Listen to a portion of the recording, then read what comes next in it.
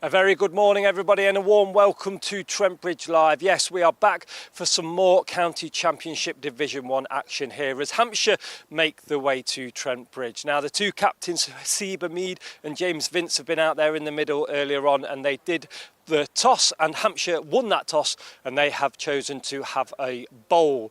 Now, not so coming off the back of that fantastic victory against Lancashire here at Trent Bridge. Hampshire, well, they're coming back after a draw against Durham. But in that game against Lancashire, somebody played a pivotal role with the ball and bat, and that was Nottinghamshire's number 9, Ollie Stone. And he caught up with Kirsty yesterday after training.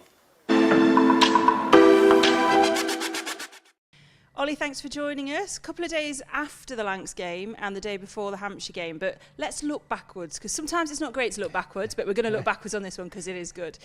So talk to me a little bit about kind of the feeling after the game when obviously first win of the season at Trent Bridge. How was it in the dressing room? Yeah, it was obviously great. The boys were very happy with the performance and to come off the back of 4 days hard graft with that win was special, and it was a nice feeling sat out on the outfield all together just enjoying a drink after and soaking up that win. It was very special, and we thought as a team we finally put together an all-round performance. So with your performance in particular, we could talk about you with the ball and the bat. So let's start with the ball. Yourself and Dylan running in together opposite ends, it feels like quite a menacing attack to face. You grin. Is that something that you guys are aware of? Is it something that you work on deliberately without giving too much away? I mean, I think when you've got an attack that can bowl with that high pace, it is exciting, and people do.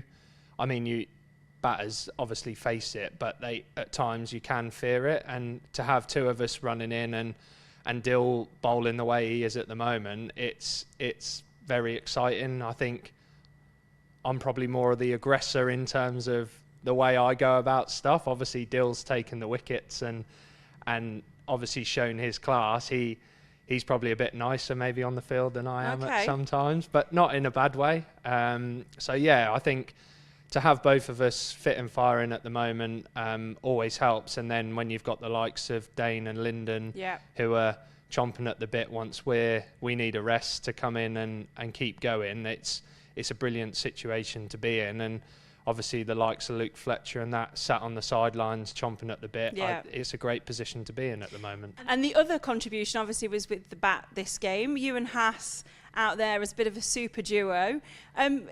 Close to the triple figures? Yeah, I think unfortunately I just ran out of steam. I mean, being at the crease, I think it was for nearly 4 hours, is something probably I've not done a lot. Yeah. I pride myself on my batting and obviously scored a few runs in the second team and never quite been able to transfer it into the first team. And I've always known I could perform like that, and to come off obviously in an important part of the game with Haas to be able to get us in a position to go for that win was obviously really pleasing. And I said actually the night before in the car to someone that one thing I want to do before I retire is to tick off a first class 100. Yeah. So then get that close is obviously frustrating. But I mean, if someone said you'd scored 90 at the start of the day, I'd have snapped their hand off. So very pleasing, and hopefully, a few more runs this year as well. So those 2 games back to back, and obviously off the back of a win, does that kind of euphoria almost continue through, or is it a stop and start again? I mean, you'll take things from the last game and try not to get too carried away and look too far ahead. And I feel like we spoke this morning about how we were as a team and how well we performed and how do we recreate that only 3 days later. Yeah. Obviously it comes thick and fast, and it's a long 4 days, and hopefully we turn up and keep doing the same things again, because that's what the great teams do. Yeah. And it's how they go about doing that is the reason why teams are successful. So we spoke about, yes, we want to look back and how well we performed, but how do we carry that on into this game against Hampshire, which is another big game. And obviously the last few years we probably haven't been on the right end of results against Hampshire, so that's one thing we're looking to put right this week. And like set, go one step forward and try and keep climbing that ladder. The thoughts of Ollie Stone there. Now, let me tell you about Nottinghamshire's selected 11 for this fixture against Hampshire. Well, they'll be making their way down the stairs very, very shortly to open the batting. He was on the field for every ball that was bowled in the game against Lancashire. He broke so many records in that game. It is, of course, the captain, Hamid. And with him, it will be Ben Slater, who currently sits on 264 runs so far this campaign. Coming in at number 3, it will be Will Young. He took 3 catches in the slips against Lancashire and currently has a first-class batting average of over 40. Now, Joe Clark, his current batting average this campaign is a massive 70.71. He's got 300 so far in this year's campaign and has 12 catches for the season as well. Now, Tom Moore's he has took some important catches in the slips in the last game and he makes his second appearance of the season here today. Now, Jack Haynes, he has played every game of the campaign so far and has a highest score of 77. That is Jack Haynes. Lyndon James playing a pivotal role in the seam attack with 13 wickets so far, and so far this campaign his highest score is 96.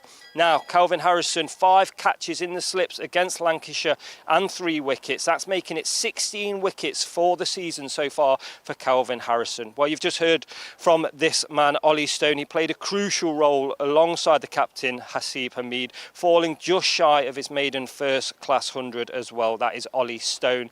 And then Dylan Pennington next. He had his engine on full power against Lancashire as he joins Calvin Harrison as the leading wicket taker for Notts on 16 wickets. And finally, Dane Patterson.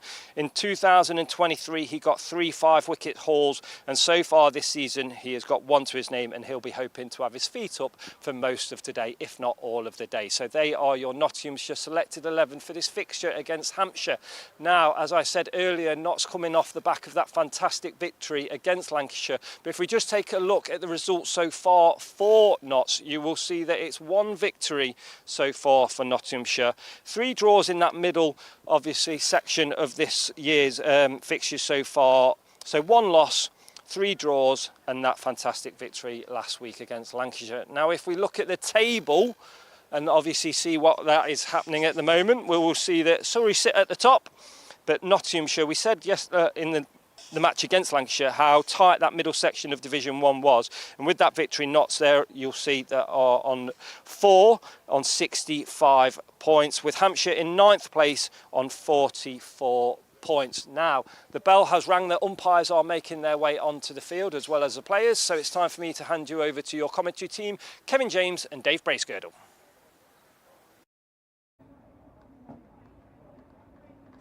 And a very good morning, everybody. Welcome to Trent Bridge, a dry Trent Bridge, as the players and the umpires make their way out to the middle for the opening salvo of this Division 1 County Championship game between Nottinghamshire and Hampshire. The news from the middle is that Hampshire's skipper James Vince has won the toss and has invited Notts to bat first. Notts batting first, Hampshire in the field. A very good morning. I'm Dave Bracegirdle from BBC Radio Nottingham, welcoming you along at the start of 4 days between a Notts side rejuvenated after the win over Lancashire last weekend. Hampshire have got such a terrific record up here in Nottingham, looking to get their first win of the campaign. Very much looking forward to this one. We'll have plenty of company and guests over the weekend today. Ploughing a lone farrow is going to be myself and the voice of Hampshire cricket, the Sultan of Swing, the great man himself, former England legend on this ground, as we always like to remind him of. Kevin James, lovely to see you. How are you? Yeah, very good, thank you, Dave. Yeah, always look forward to coming up here. Always get well looked after. That's been no different in the couple of hours that I've been here. Something that is slightly different is we're going to see Keith Barker bowling the first over, and this will be his first game of the season. Couple of changes, isn't there, to the Hampshire lineup? There is, yes. There is no Nick Gubbins. He had a baby girl, Ottilie, last week, so missed the last couple of days of the game against Durham whilst his daughter was being born. And there is no Brad Wheel, the seam bowler, and into the side, I've just mentioned him, comes Keith Barker, the left arm seamer. And also Mo Abbas is back in the side. He was ill for last week's fixture.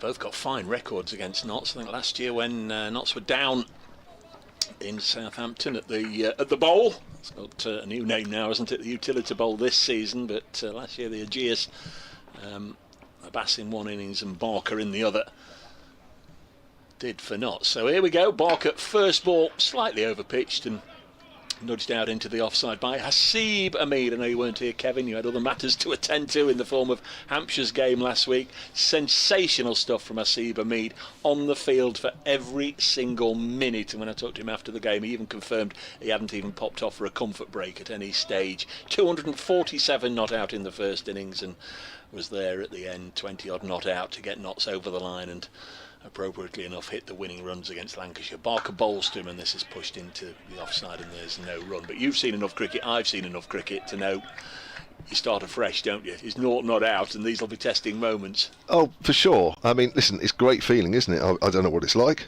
coming into a game off the back of a double century. I think it was his highest ever first class score, wasn't it? But, you know, sometimes actually you can almost get into some bad habits playing that length of time, so I'll be interested to see just how he starts here.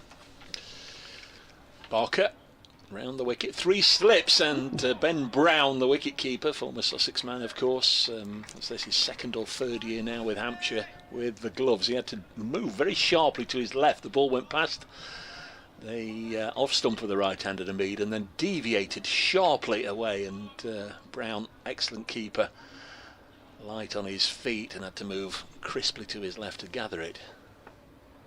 Bit of swing. Yeah. Bit late swing. Bit of devilment. We're playing on a new strip towards the Bridgeford Road side of the square as this one wide of the pegs and Hamid lets it go through to the keeper. Around about 11 o'clock we'll I'm sure be interrupted in a moment or two by BBC Radio Nottingham for an update. A reminder, the Notts side for Nottinghamshire supporters, followers, listeners, viewers to the live stream, unchanged: Hamid and Slater, then Will Young, Joe Clark, Tom Moores, Jack Haynes, Lyndon James, Calvin Harrison, Ollie Stone, Dylan Pennington and Dane Patterson. Same again, said Peter Moores. Luke Fletcher, 12th man. It was close, said the head coach for Fletch, as this is nudged behind square, but a good win, start of the week, confidence high. Same again, he said. Yeah, and also if you're part of a side that's won a game, and of course it's not that easy to win games this season, you've only got to look at the table, that I think you'd be a disappointed player unless you had an absolute stinker, which I don't think any of the Notts players did in that victory. You'd be disappointed if you were dropped after a win. It's just really whether Ollie Stone in particular could replicate the same sort of match performance 2 games running, as this is dropped on the leg side, and it's a maiden for Keith Barker. That was lovely, wasn't it, from the former Warwickshire man, been at Southampton for 7-8 years now. Terrific player. I'm sure we'll be glad to get him back in the side. A maiden, 0 for 0. Mohammed Abbas, who very nearly came to Nottingham, would have come to Nottingham, signed a contract to come to Nottingham for 2020, but of course the COVID year and everything that went with that scuppered not only that season but also the possibility of bringing Mohammed Abbas back. He played for Leicestershire the year before, got a whole bunch of wickets in Division 2, not signed him, but because of COVID they couldn't bring him to the club, and the year after he signed for Hampshire. Yeah, he's had 3 good seasons with Hampshire. It's been a bit lean for him so far this year, as several bowlers up and down the country have found. Wicket's suddenly hard to come by. Didn't play last week. We didn't play the first game against Durham because that was washed out all 4 days. He's going to be bowling from the pavilion end. Going to be bowling to the left-hander Ben Slater. Right arm over Abbas outside the off stump, and that's left alone. Yeah, Slater this season averaging just about dead on 30, top score of 70, 2 half centuries. It's shuttled between opening and dropping down to 3 for the matches that Ben Duckett's been in the side. Left-hander, of course, former Derbyshire man. He'll be hoping that he can just get stuck into some of these runs that everybody else is churning out in big numbers. Been up update for Radio Nottingham in just a second, Kev, as Mohamed Abbas runs in from the Stuart Broad end, as it's now known. This one goes through to the keeper. I don't know if I told you that. Yes, no. At the end of last season, Stuart's last day with the club, it was renamed the Stuart Broad end, the pavilion end here at Trent Bridge. So we've got the James Anderson end at Old Trafford, and his mate's got an end here at Nottingham. Still the Radcliffe Road end, this end, yes, isn't it? Yeah. It's not the Hamid end yet. No, or the Dave Bracegirdle end. We have got the Dave Bracegirdle retirement apartments just outside the ground now, obscuring our view. That'll be new since you last came here. As Abbas bowls to Ben Slater, and not still looking for their first run as this pushed into the offside. And there's no run. Still not finished, that apartment block, is it? When I walk past it, there's still some workmen in it. Work people, I should say. They seem to be working in the grounds, building the car park.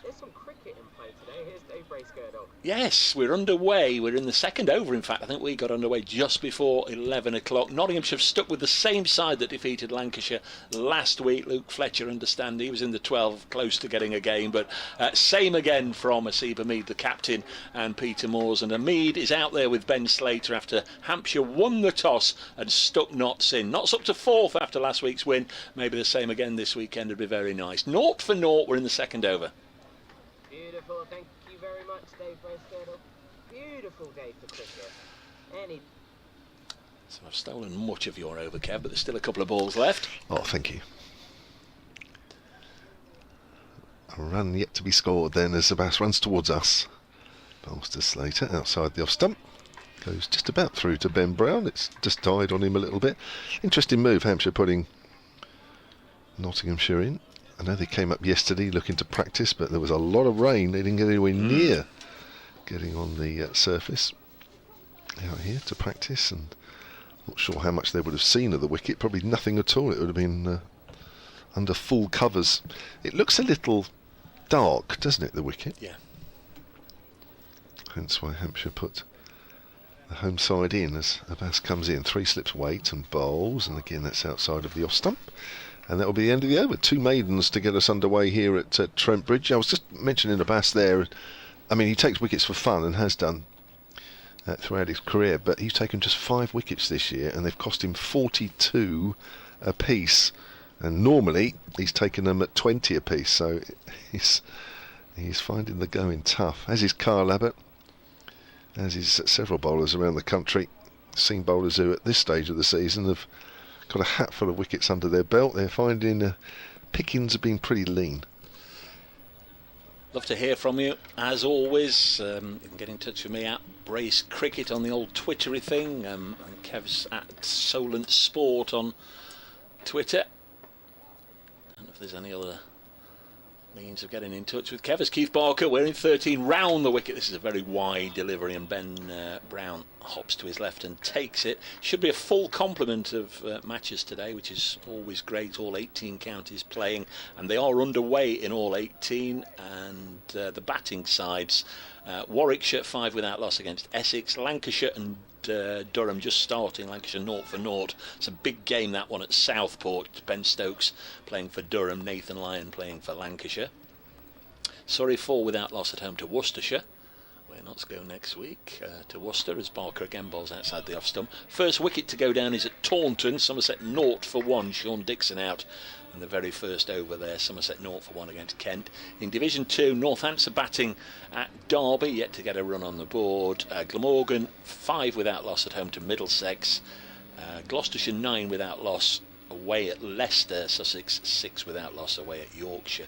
Glamorgan Middlesex, of course the reverse game at Lords is the one that Sam North East got his 335 not out in. It's Barker bowls, and again wide enough for Hamid to leave alone. Run rate's not great here. Notts, they've soaked up 15 deliveries, but thus far no damage inflicted either. It's like watching the last 3 games at the Utilita here. Amount of runs scored in 10 minutes. 30-0. They've been hard watching the home games so far for Hampshire. 3 draws. Both sides struggling to bowl teams out. This looks like it's doing a little bit more, but it hasn't done lots so far. There's Barker. Balls and again wide of the off stump, just jagged away. It was a fullish delivery, well outside off stump, and as it pitched, it moved away. Our umpires are Nigel Long, formerly of Kent. At which end is he at? We'll sort them out. And Steve O'Shaughnessy, yes, O'Shaughnessy at this end, former Worcestershire and Derbyshire umpire, Lancashire, I beg your pardon, umpire. Match referee Alex Swan, brother of former Notts spinner Graham, and another delivery just outside off stump. Decent line here being bowled by Keith Barker, but Hamid knows where his off stump is. Crikey, if he doesn't, nobody does. Again, he goes on that familiar 3-stride walk towards the umpire and then turns and makes his way back. So he's your new captain this year, isn't he? Hamid is the captain. Stephen Mullaney, who popped up to join us one day on commentary for the Lancashire game last weekend. He's looking after the seconds as this wide of the off stump goes through to wicketkeeper Brown. So that's 3 maidens in a row here on BBC Radio Nottingham, BBC Radio Seoul, and myself, Dave Bracegirdle, and Kevin James.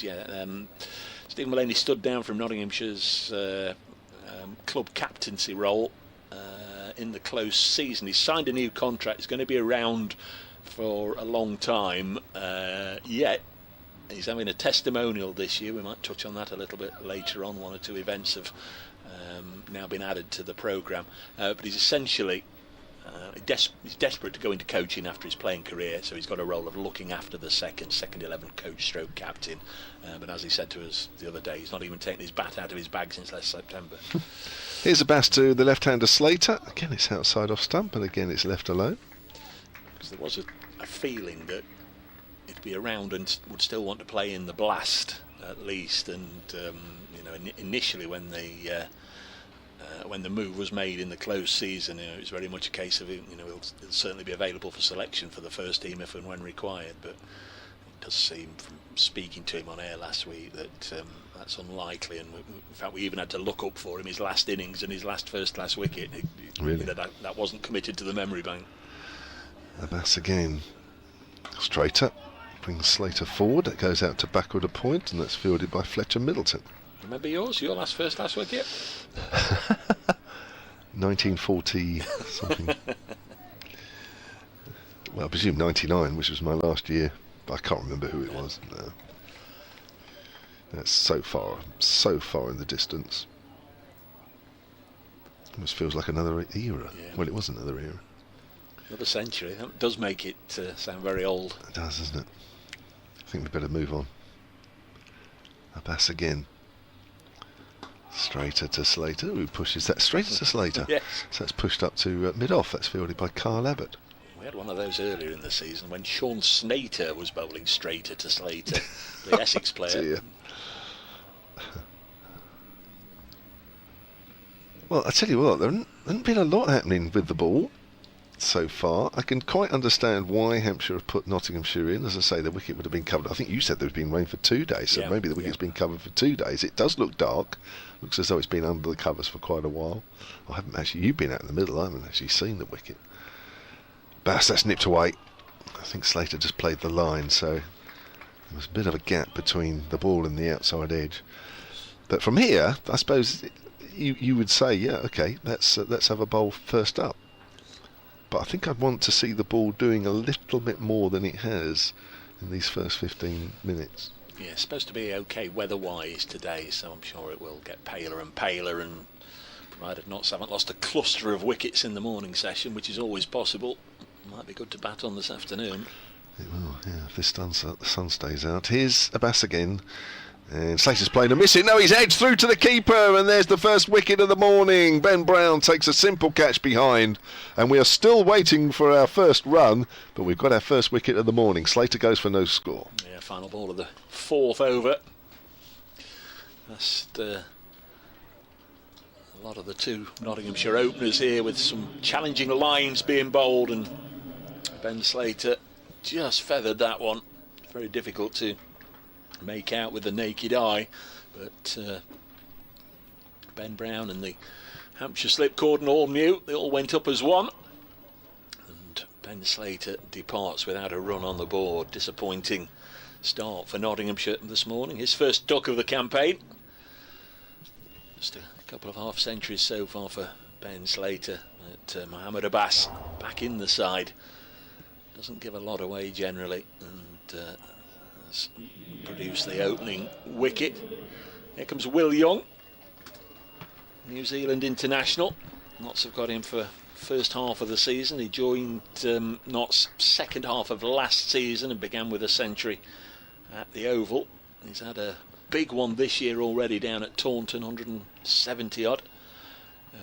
Played 6 games for Nottinghamshire, averaging 70. Against Hampshire he's played twice. He was the Northamp's captain in 2022, got a best of 27 when he played against Hampshire, and last year he played in this fixture here, made 13 and 8. So it's a record that he would be looking to improve against Hampshire. He's 31 years of age, born in New Plymouth, Taranaki, which I've no idea where it is, but I know you've played in New Zealand. Maybe it's one of those places you've come across. North Island, yeah. Nice spot. 16 tests for New Zealand. Right-hander. One ball left in this over. The perfect start for the visitors. Keith Barker, 2 maidens. Mohammed Abbas began with a maiden, no runs so far in this, the second over from the broad end, but the 4th of the innings. He's already got a wicket. Will Young on strike, then brings the bat down, turns it to leg, and that's good stuff from Mohammed Abbas. And after 4 overs here at Trent Bridge, Nottinghamshire 0 for 1. Yeah, as I was saying, Mohammed Abbas, one of those the seamers around the country, several of them really, that have been struggling for wickets this year. He's bowled 89 overs before today.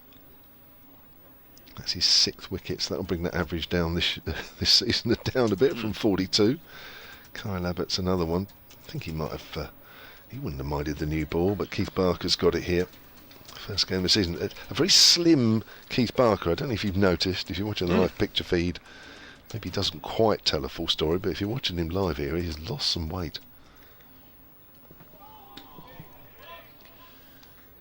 New man is Barker.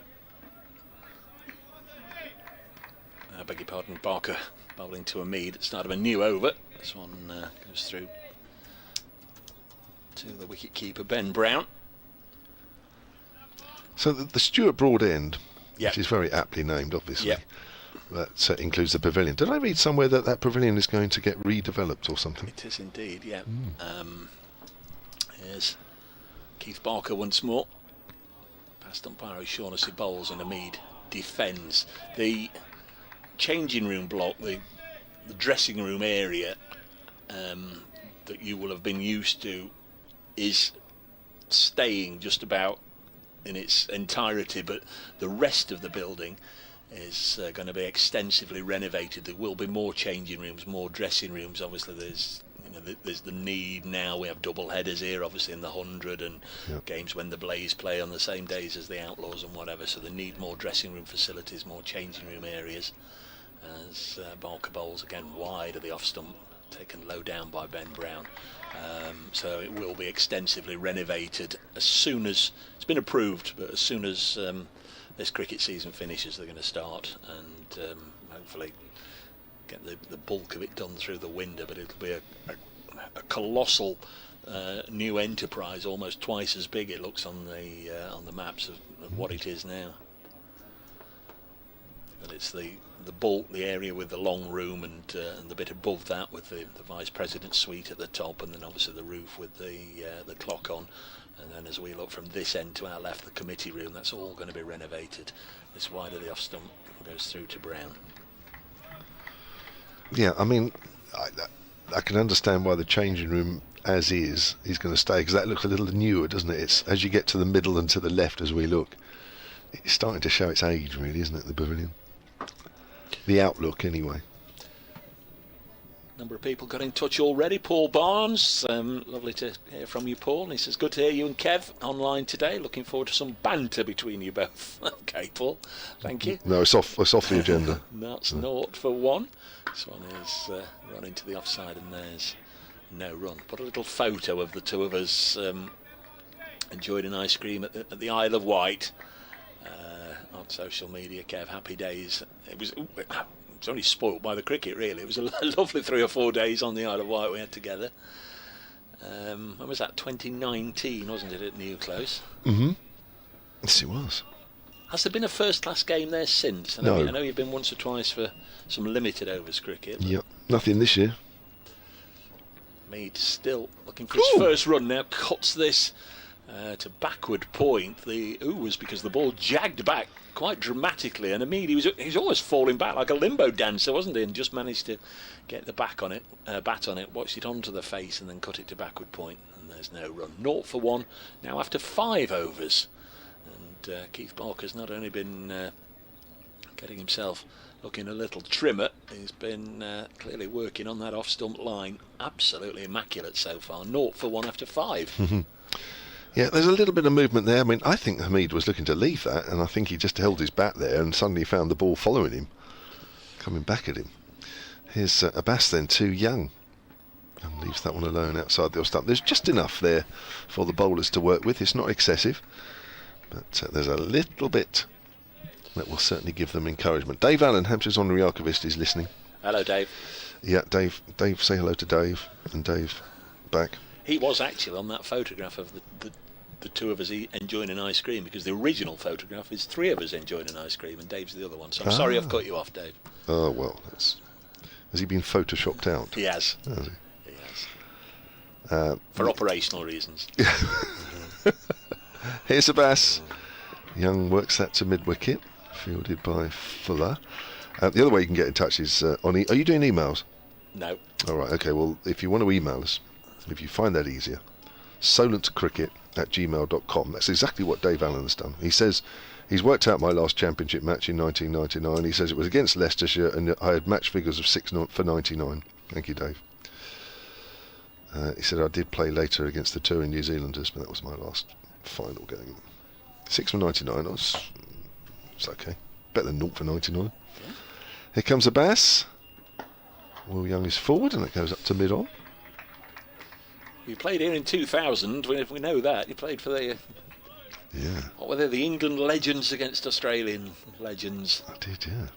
Great fun. Day like today, actually, wasn't it? I remember it being a warm day. Rodney Hogg bowling, Jeff Thompson. Gosh. Elizabeth, David Boone. Kim Hughes, I think, played in that one. There was, just about any name. Simon O'Donnell. Yeah, I'll find it. Mike Gattin. Oh, it's up in the air. This could be caught, surely. And that's just looped off the shoulder of the bat to backward a point. Fletcher Middleton just had to wait for it to come down into his hands. And Young has gone for no score. So that's 2 batters back towards the pavilion with not a run on the board. And where did that one come from? That just bounced a little. It did, didn't it? Will Young, it's almost like he was saying, please can I have another go? He hung around. He just couldn't believe what had happened, but he's got a 0 beside his name, and he faced 5 balls, and this is a very, very disappointing start from Nottinghamshire, and the place is flat, isn't it? Absolutely flat. There's not a, we've got an effects microphone, but we might as well not have, because there's no noise out there. Just saw the replay, and it just took off, looped up off the shoulder of the bat, and that's the simplest catch Fletcher Middleton will take in his career.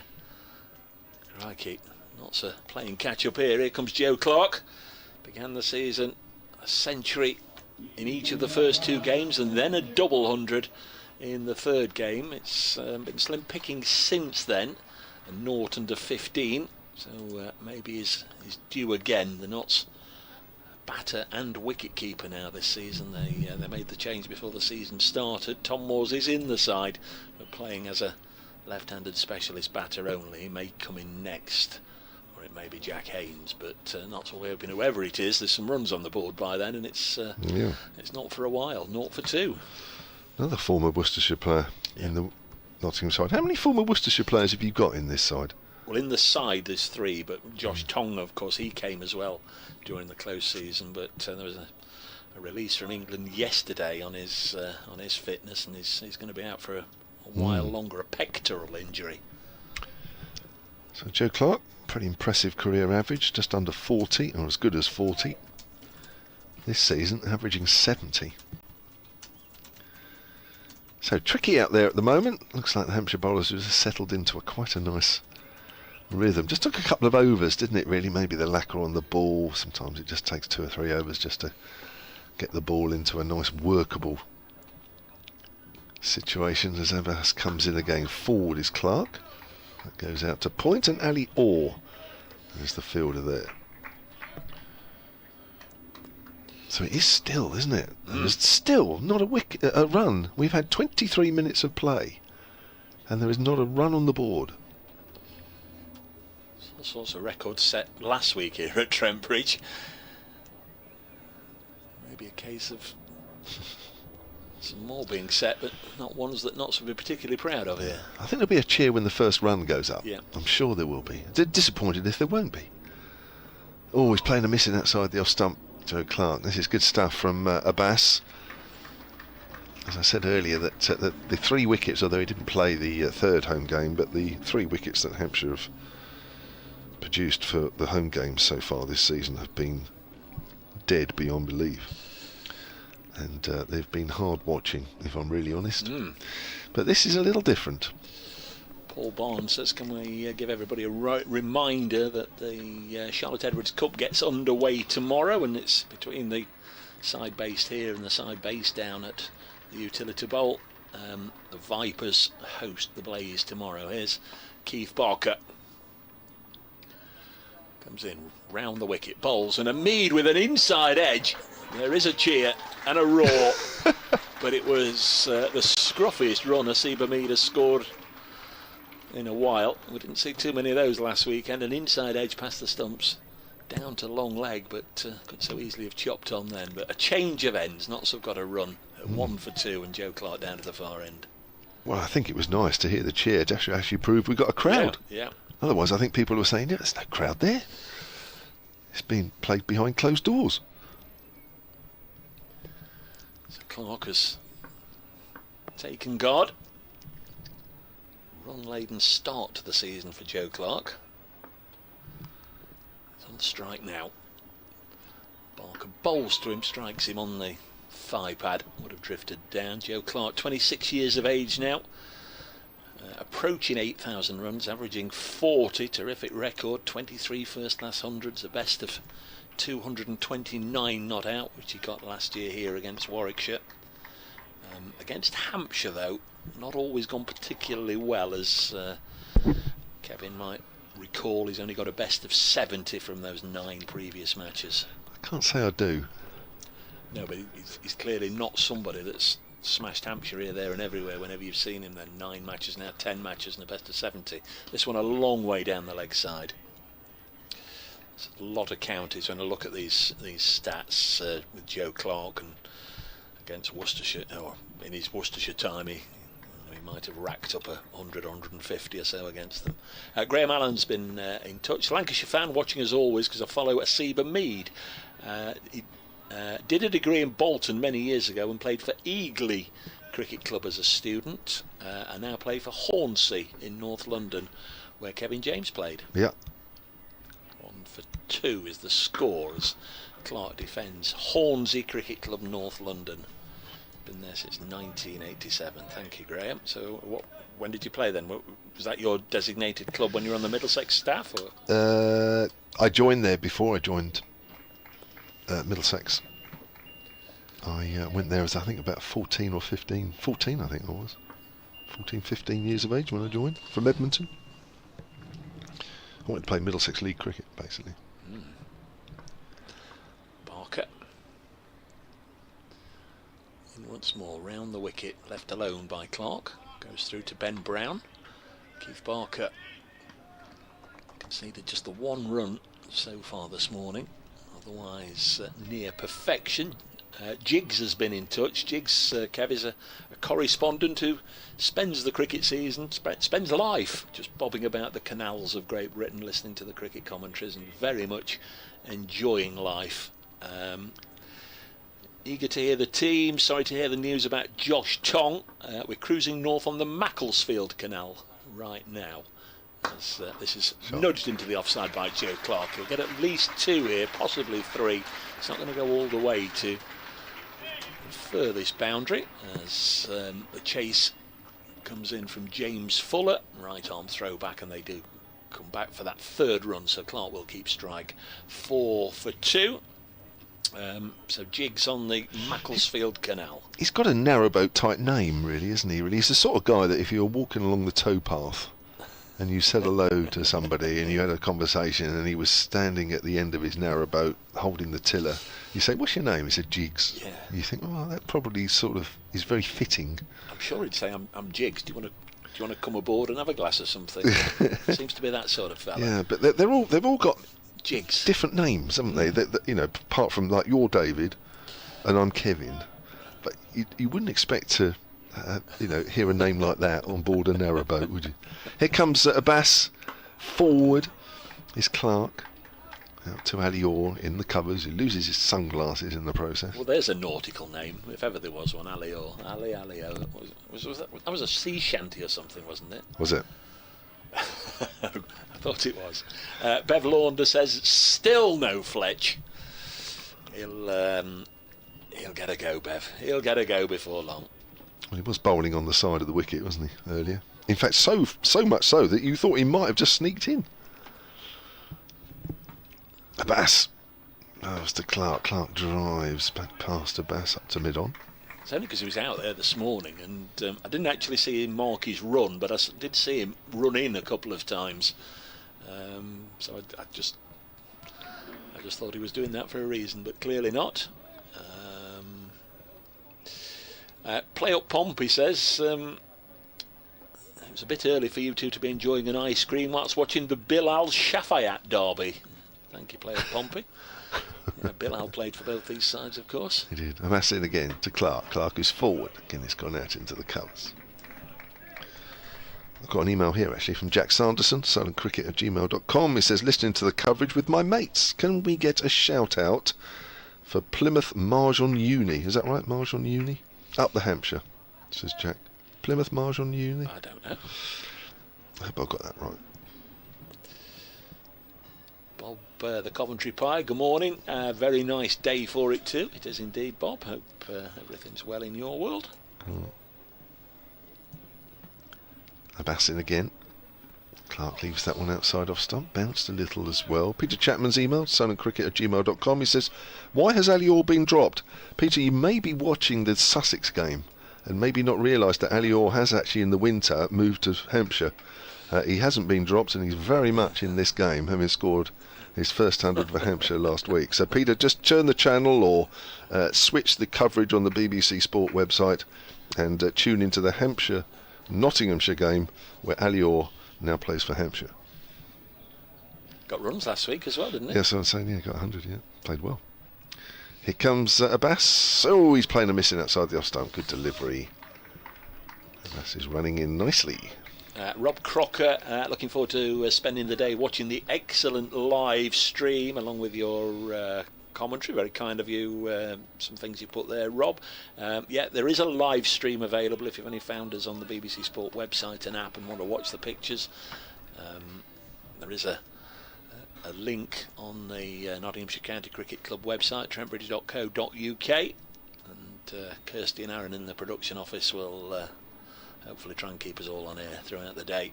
Slightly wider the crease this time, and oh my word, that's taken off a length and almost taken Ben Brown with it. And look at Abbas just stands there.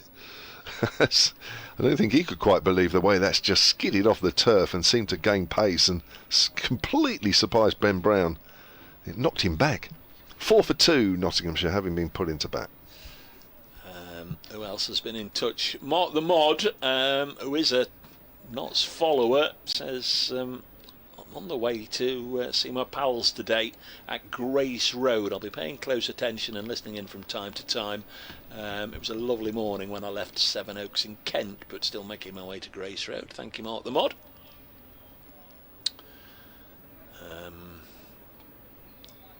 Sid was asking if we're going to be on Sports Extra today. I think we pretty much did our stint on Sports Extra last weekend, almost 4 full days, as Barker round the wicket bowls this wide of the pegs and goes through to the keeper. I would imagine that they'll be paying close attention to Southport, where Ben Stokes is playing his first game, I think in something like 2 years in the Championship for Durham. Not Southport, I beg your pardon, Blackpool. I might have mentioned Southport earlier. Got Southport on the brain, because that's where Notts are playing against Lancashire in the not too distant future. Looking forward to going there. Yeah, they'll look after you well there. Good bunch there. There's Barker round the wicket to the Notts captain, leaves it alone. He's still only got 1 run, and that was off the inside edge of his bat. You know, last time Notts went to Trafalgar Road in Southport was 2011. I think I told the story last week with Scott Reed, and chap came up and listening to the commentary. Fabulous, Dave. Thanks very much. I hope you've enjoyed your time here, and appreciate all the nice comments and whatever. We feel you ought to leave with something, and it'd be great if you were to wear one of our club ties, as this is dropped on the leg side. It's straight to that is Ali Orr, number 27.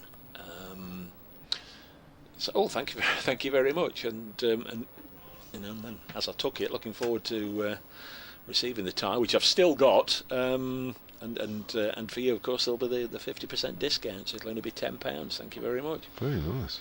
So, they still made you pay for something? Yes. Oh, so right. I was sort of put in a bit of a predicament, as I'd already got it in mind and saying thank you very much, it's lovely. This is dropped on the leg side, but I've still got it. I might well take it back next week and get £10 back. Well, not next week. We go there. It's a bit naughty, isn't it? It was good. It was good salesmanship. Had to admire him for that. They must have taken one look at me and said, no, he's not going to be a sucker for a tenner. Well, it was one of those rare, very rare occasions when I've got some money in my pocket. Couldn't use the usual one. Sorry, look, nothing. Hamid rocks forward and blocks this outside the off stump. Notts could do with his stickability. Today they've already lost 2 wickets, having been put into bat. Ben Slater caught behind by Ben Brown from the bowling of Mohamed Abbas. That was in the 4th over. 0 for 1, and then it became 0 for 2 in Abbas's next over, when one just got a little big on Will Young and just ballooned up off the shoulder of the bat to backward point to Fletcher Middleton. 0 for 2. Can only go uphill from there, I guess. Next delivery. Sees Hamid drive handsomely through the offside for 4. First boundary of the contest, and Nasib Hamid doesn't even move a muscle. Joe Clark had run down to the far end to greet his mate, but Hamid just stayed where he was. He knew he'd got that one. Boundary for Notts, welcome boundary for Notts. We've played 35 minutes and they're 8 for 2. Juicy wide half volley there from Keith Barker. One of 2 changes in the Hampshire side for this game. No Nick Gubbins, he's on paternity leave, do you call it? Paternity leave, because of his new baby girl last week, born during the Durham game. Missed the last couple of days of that one, Otterly. Hope everybody's well. Brad Wheel, the seam bowler, left out of this one, and Barker and Mo Abbas into the Hampshire side. Felix Organ keeping his place, playing as a number 3 batter because of no Gubbins. Forward is Clark, as that's pushed out wide of mid-off. Neil Halsworth has been on the emails of Explorer Coffees, other coffee companies available. I always mention they're in Gosport. He says, solancricket@gmail.com. Morning, he says, not a bad start to the day, listening keenly at Creek HQ. That's where they brew all the coffee, or do all the coffee. And Chut, we have Notts 2 down already. What's the crowd looking like up there? Well, it was quiet up until that last shot from Hazib Hamid. Very quiet indeed. Not surprising. There's Abbas bowls, another good length ball. Again, it's gone up to Barker. It's a decent crowd. The stand that we're in, we can't fully see, obviously, everybody who's downstairs, but there looks to be quite a lot on the middle tier away to our right, and there'll be a lot of members here because there's a members forum at lunchtime. So if you're listening on the ground, a reminder, there is a members forum that's in the Derek Randall suite at lunchtime. Get yourself across there and see what they've got to say. The ever popular members forum. Oh yes, can't beat them. There's a bass. Again, it's outside the off stump, just shaping away. Another good leave from Clark. Now, Jacob Norton has been doing a little bit more delving into my last first-class game at Sonnet Sport on the Twitter feed. He says, from what I can tell, Kev's last first-class cricket was Jimmy Ormond. Oh, no wonder I've forgotten that one. Stump Thames bowled James. Well, see, by then, I'd been bowled into the ground and could hardly get the ball up the other end, so AD Ames was standing up. Stump Thames bowled James for 8 on the last day of a draw against Leicestershire on the 18th of June 1999. Kev's last List A wicket. Clark is forward, it goes out on the onside. Was also against Leicestershire one day later. Aftab Habib bowled James for 25. So both England internationals. Well, yes. One more bowler than batter. Yeah. Jimmy Ormond. Thank you very much for that, Jacob. Huge trip down memory lane there.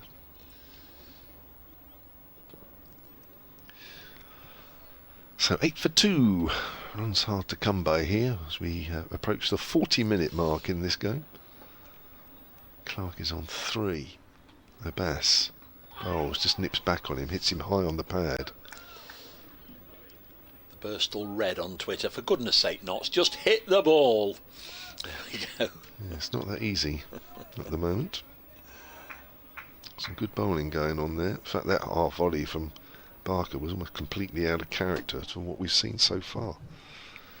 Nice to see Case Barker back in the Hampshire side. He's had a leg injury.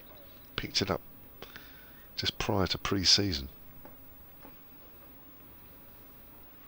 Abbas. He missed last week because he was ill. That's played back to him by Clark. And Nottinghamshire then, having been put into bat, are 8 for 2. Did mean to look up Kevin appearance here at Trent Bridge. I will find it in a moment. Just quickly elsewhere, Warwickshire 33 for 1 at Chelmsford against Essex. Lancashire 25 without loss at Blackpool against Durham, Stanley Park. I've never been there. You looking forward to it? Oh no, you're Southport. We're going to Southport, yes. Yeah, no, I've been to both. Bowling change, by the way. Kyle Abbott coming into the attack. Now, Notts and Notts supporters can just take a little bit of comfort with regards to the scorecard at the Oval, Kevin. Ooh. At the Oval, where Surrey are 20 for 4 against Worcestershire. Joe Leach has taken 3 wickets. He's 4 overs, 2 maidens, 3 for 6. So defending, in fact, they just get a boundary, so they've just gone up to 24 for 4. There's Kyle Abbott, his first bowl of the morning, bowling to Asib Hamid, who pushes into the offside. There's no run. Rory Burns has gone, Dominic Sibley's gone, Jamie Smith and Ben Folkes all out. So, sorry, 24 for 4. I'm surprised Worcestershire have got any bowlers left. You've nicked them all. Joe Leach, who's in his testimonial year, is opening the bowling with Nathan Smith, the New Zealander, and I was very, very impressed with Nathan Smith when they played here. See how I let that one slide. Abbott, beg your pardon, not Abbas. Abbott bowls delivery just short of a length, would have gone over the top, but it just nipped back inside Hamid's bat and struck him amidships. Division 2. The only wicket to go down is now at Hove, where Sussex have been rattling along. They're 50 for 1 against Yorkshire, but the partnership has been broken. All the scores and the ever popular BBC cricket text service available via the BBC Sport website and app. 8 without 2. Asib Hamid has 5.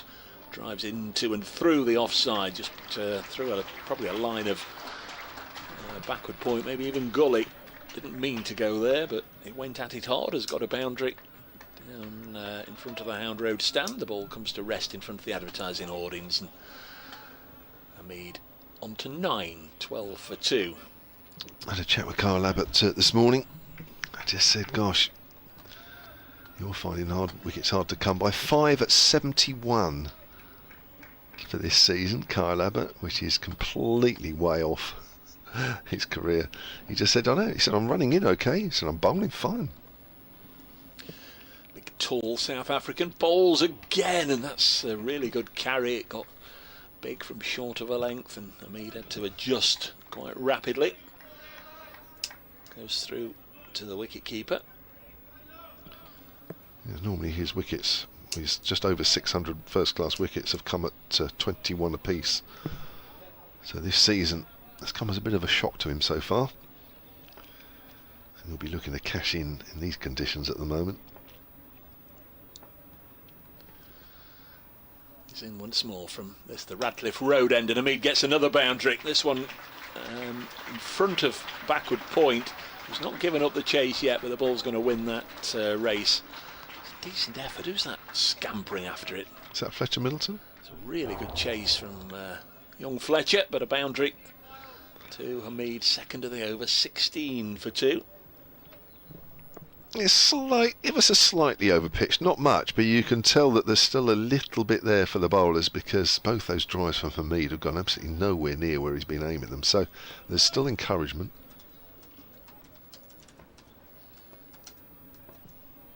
He just needs to drag that length back on those by a couple of inches. Comes in and tries to do that, and does do that. And Hamid defends. End of the over, 16 for 2 after 11 overs here. It was a sticky old start for Notts. Took them 6 overs before they got the first run. By then they were already a couple of wickets down, with Slater and Young both back in the Notts dressing room. 16 for 2. Struggling to find that. Oh, there we are. There's that scorecard. Have you found it?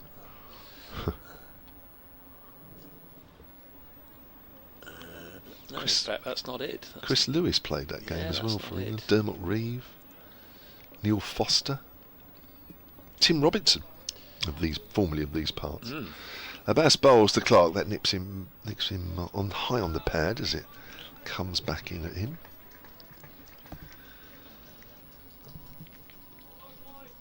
(16 for 2) in Nottinghamshire. Started with a loss here against Essex, drew against Worcestershire here, a draw at Taunton, draw at Edgbaston, and that win against Lancashire here in the last game last week. Wins at the moment in the Championship are definitely something to be celebrated. Yep. Here comes Abbas. Clark tries to flick that away, walks across his stumps fractionally, gets wrapped on the pad. That's probably why you heard that appeal, mainly from Mo Abbas. Don't worry, Dave, it's not worth looking at, really. It doesn't require all that effort, that's for sure. I can't remember what year it was. Was it 2000, did you say? I think it was 2001, maybe. Might be 2001, yeah. Remember having drinks in the committee room here afterwards. And that's at the top of his mark at the Stuart Broad Pavilion end. Seems to have disappeared. Yeah, it's probably erased. Outside of the off stump and left alone. It was a good game. England won it. That was the main thing. Dermot Reeve get a bunch of wickets, I think. I think he did. Me and him bowled a lot in the middle, actually, of the Aussie innings. I remember that. And so what we're referring to, back in 2001, Notts had a weekend of legends. The England legends played the Australia legends, and there was a Garfield Sobers 11 versus a Richard Hadley 11. And Kevin was selected for England. Well, yeah, roughly. That's driven up to mid-off, and there is no run. The real story behind that is that the guy that was organising that Legends game I knew very, very well, and he phoned me about 2 days before the game and said, I've had somebody drop out, so Kev, would you play? Would you like an England call-up? Yeah, would you? I said, my first proper England call-up, thank you. So that's really how that came about. Yeah, I commentated on it, but the scorecard was all over social media for, well, every time I've looked for it in the past, but I can't see it this morning. Abbas to Clark once more. Clark's forward, finds the gap backward a point. Fletcher Middleton fields that one, but they'll still come through for a single. Clark moves on to 4 and it's 17 for 2. A number of people have got in touch. Thank you very much. At Brace Cricket, Rory Malloy loving the commentary on my sunny working from home Friday on the names of ends with his potential retirement around the corner. Surely after serving the club so honourably, surely the club should be in discussions about having the Stephen Mullaney end. Don't know about that, Rory. Don't know about that. Don't think so. Abbas in again. Hamid's forward, gets high on the bat there as it goes to Middleton at backward a point. End of the over. Abbas has completed 6 overs and has 2 for 1. Terrific figures. Much as I love Stephen, I think people wouldn't just sort of compare career records and stats and what have you. If we're not going to have a Richard Hadley end or a Harold Larwood end or what have you. Yeah, I think they would have to come first, wouldn't they? There is a Hadley Hall and a Sobers Hall downstairs, the indoor netting facilities. Still time yet, I guess, for Stephen Mullaney. It is his testimonial year as well, by the way. Mole_2024 on Twitter if you want to go on there. Lots of events coming up for Stephen Mullaney. They've got a question of sport with Kev's old teammate Phil Tufnell playing part. As this is edged and gone. And Clark now goes edging to third slip. The skipper James Vince gobbling that one up. And it's 17 for 3. It was a unusually for him quite expensive opening over from Kyle Abbott. Bowled to Asiba Mead. This time he's pitched one up to Joe Clark. And already Hampshire have got a bowling bonus point as Clark drives.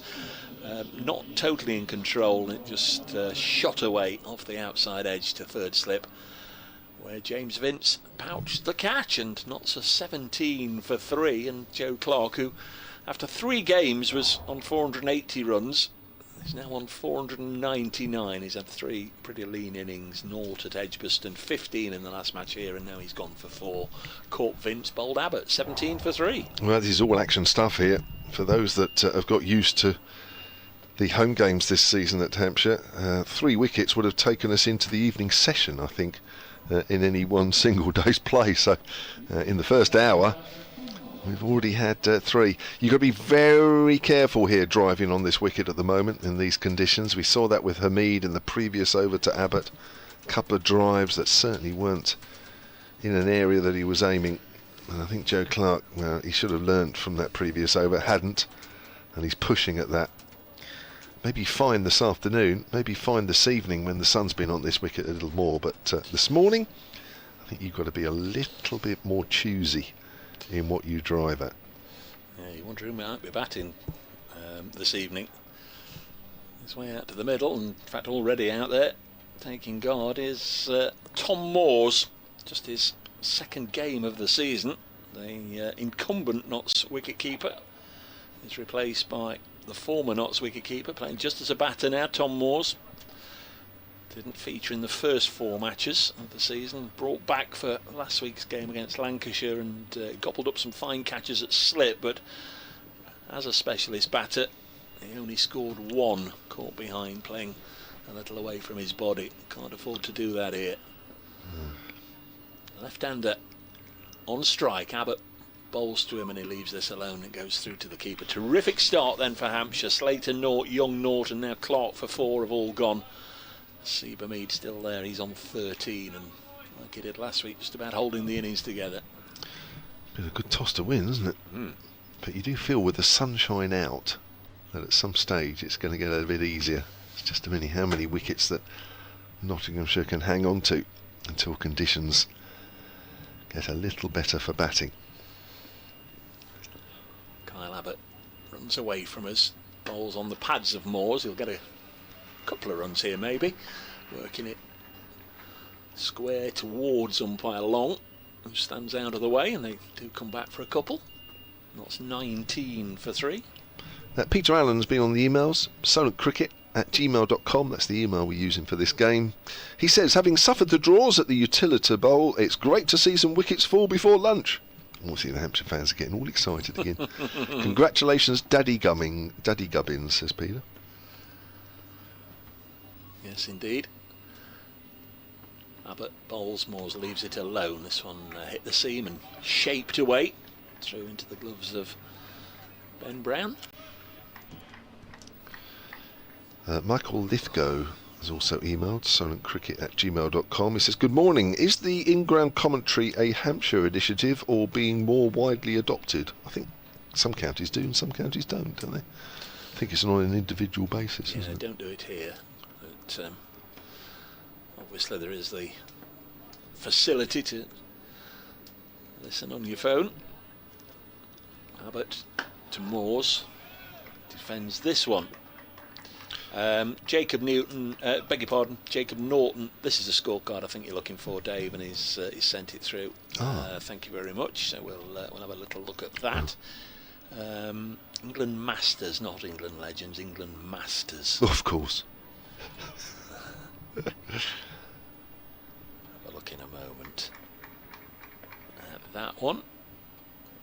Talking about ties earlier, I've still got a tie from that weekend, as I'm sure Kev has, as this one is nudged into the offside. So end of the over, 19 for 3, a wicket for Kyle Abbott in that over. Joe Clark caught by James Vince at third slip. So yeah, it was at Trent Bridge, July the 1st, weekend of Legends it was called. As I say, there were a couple of matches, the England Masters against Australia Masters and Sir Garfield Sobers 11 versus Richard Hadley's 11. England Masters, Graham Gooch captain, Tim Robinson, Derek Randall, Mike Gatting, Alan Wells, Dermot Reeve, where are you? Chris Lewis, Bruce French, Kevin James and Neil Foster. God, was that number 10? England 248 for 8. Kevin James undefeated. Here's a bass. Hamid gets one that bounces. He plays it into the ground. 22 from 19 balls with 2 boundaries. England 248 for 8. The bowlers, Jeff Thompson, Jeff Lawson, Rodney Hogg, Simon O'Donnell, Tony Doddermaid and Dean Jones. And Australia replied. They were all out for 215. Their side, David Boone, some names here, David Boone, Jeff Marsh, Dean Jones, Alan Border, Kim Hughes, the top 5. What about that? Boone, Marsh, Jones, Border, Hughes. Here's a bass. He nudges it away on the leg side. Simon O'Donnell, Tony Doddermaid, Ian Healy, Jeff Lawson, Jeff Thompson and Rodney Hogg. It's a serious side, It's isn't a serious side. Just maybe a whisker past their best. Oh, yeah. Because they were bowled out for 215, of which Dermot Reeve, 7 overs, 5 for 26. Kevin James, 5 overs, none for 22. Well, that doesn't matter, does it? That doesn't matter. No. You got to catch. You caught Jeff Thompson from the bowling of Derek Randall. How about that? That's one to savour. The bass bowls. Hamid gets another ball high on the bat as it goes out to backward a point. So thanks to Jacob for sending that through. Thanks to Kev for the memories, and to everybody who well put that together back in 2001. You don't tend to get fixtures like that anymore, do you? Around You the don't. circuit. I think the reason that was put together was there. It Was would have there been an Ashes. Ashes? Yeah. So a lot of the Aussie people were over doing various broadcasting duties and whatever other duties they were doing, hosting tours or whatever. So I think, to be able to get those guys all together in one place like that was a bit easier than you'd expect. Hamid gets one that nips back on him, works that down to fine leg, and he moves on to 14, 20 for 3. Can I just very quickly finish that Michael Lithgow one? Talking about the in-ground. Sorry. No, that's right. No, it's fine. No, that's fine. He goes on to say that the in-ground commentaries really enhances the game, and we stay longer at the match as a result of your enjoyable and informative commentary. Mike, that's very kind of you. That's a bit more pressure, isn't it? That's the thing with all these extra ways of listening and watching, that it puts more pressure on you as a commentator. But we still love it. 3 slips for the left-hander Moores. The bass stays over the wicket. Moores drives into the gap through extra cover. Just eases it into the gap rather than hit it. And they will pick up 2 as Kyle Abbott runs back towards the far end of the ground as we look. The one where they do really, I guess, enhance the spectator watching experience is the snooker. I don't know if you saw any of that from the Crucible, but there's obviously the players around the table, and any shot of the audience, and every single one's got those earpieces in, haven't they? Yeah. £7.99 or £8.99 or £9.99 or whatever they are. But I guess if you sat there watching snooker for 3 or 4 hours on end before you get an interval, it does add to the entertainment, I guess. Bass wishes around the wicket to Moores now. That's forward. Plays that back to Abbas. That's the end of the over. Still terrific figures here for Mo Abbas, who's bowled 7 overs on the bounce and has 2 for 4, 22 for 3. Nigel King says, I'm going to vote for the Grace Ballinger end. Thank you, Nigel.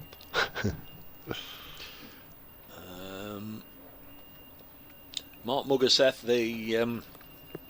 well, he's called it the Brace Nursing Home. I call it the Dave Brace Girdle Residential Care Home, but the Brace Nursing Home progressing well. Have you booked your room yet? We've got windows open now. Well, in fact, they appear to be mostly shut now. But when I looked this morning when I came, most of the windows were open. So it's almost as if perhaps they've given the walls a fresh coat of paint and wanted them to dry or something, or get rid of the fumes as Abbott starts a new over and Hamid drops it on the leg side. But they've got some foliage on presumably what is the roof garden over there, and they're still working hard in I guess what is the car park. Is it me or has it taken a while? Yeah. It's not exactly been rushed through, is it? I thought that had been finished by now. Here last year, still being built, still being finished off. Magnificent, Kev, when it's finished. So run to backward point, good bit of fielding from Middleton. Not yet had the official invitation to come across and select which particular room I want. But disappointed there's no balconies on this end. It's not quite the utility bowl, is it, with a balcony overlooking the ground completely? Were they allowed to have a balcony? I don't know. I think it's a great view of the cricket, certainly on this end. I think if you will go to the far end, you might be obscured a little bit by the stand to our right. But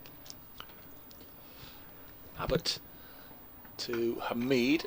Again, he runs it to backward point, and slight misfield there. Tom Moores was always going to call Hamid through, and they get back, in fact, for a second run. That's not in a position to turn down any runs here. They're both quick between the stumps, and they do take 2. 24 for 3. Hamid on to 16. Tom Moores has 4. Wickets going down at 0, with 0 for 2 early on, and then 17 for 3.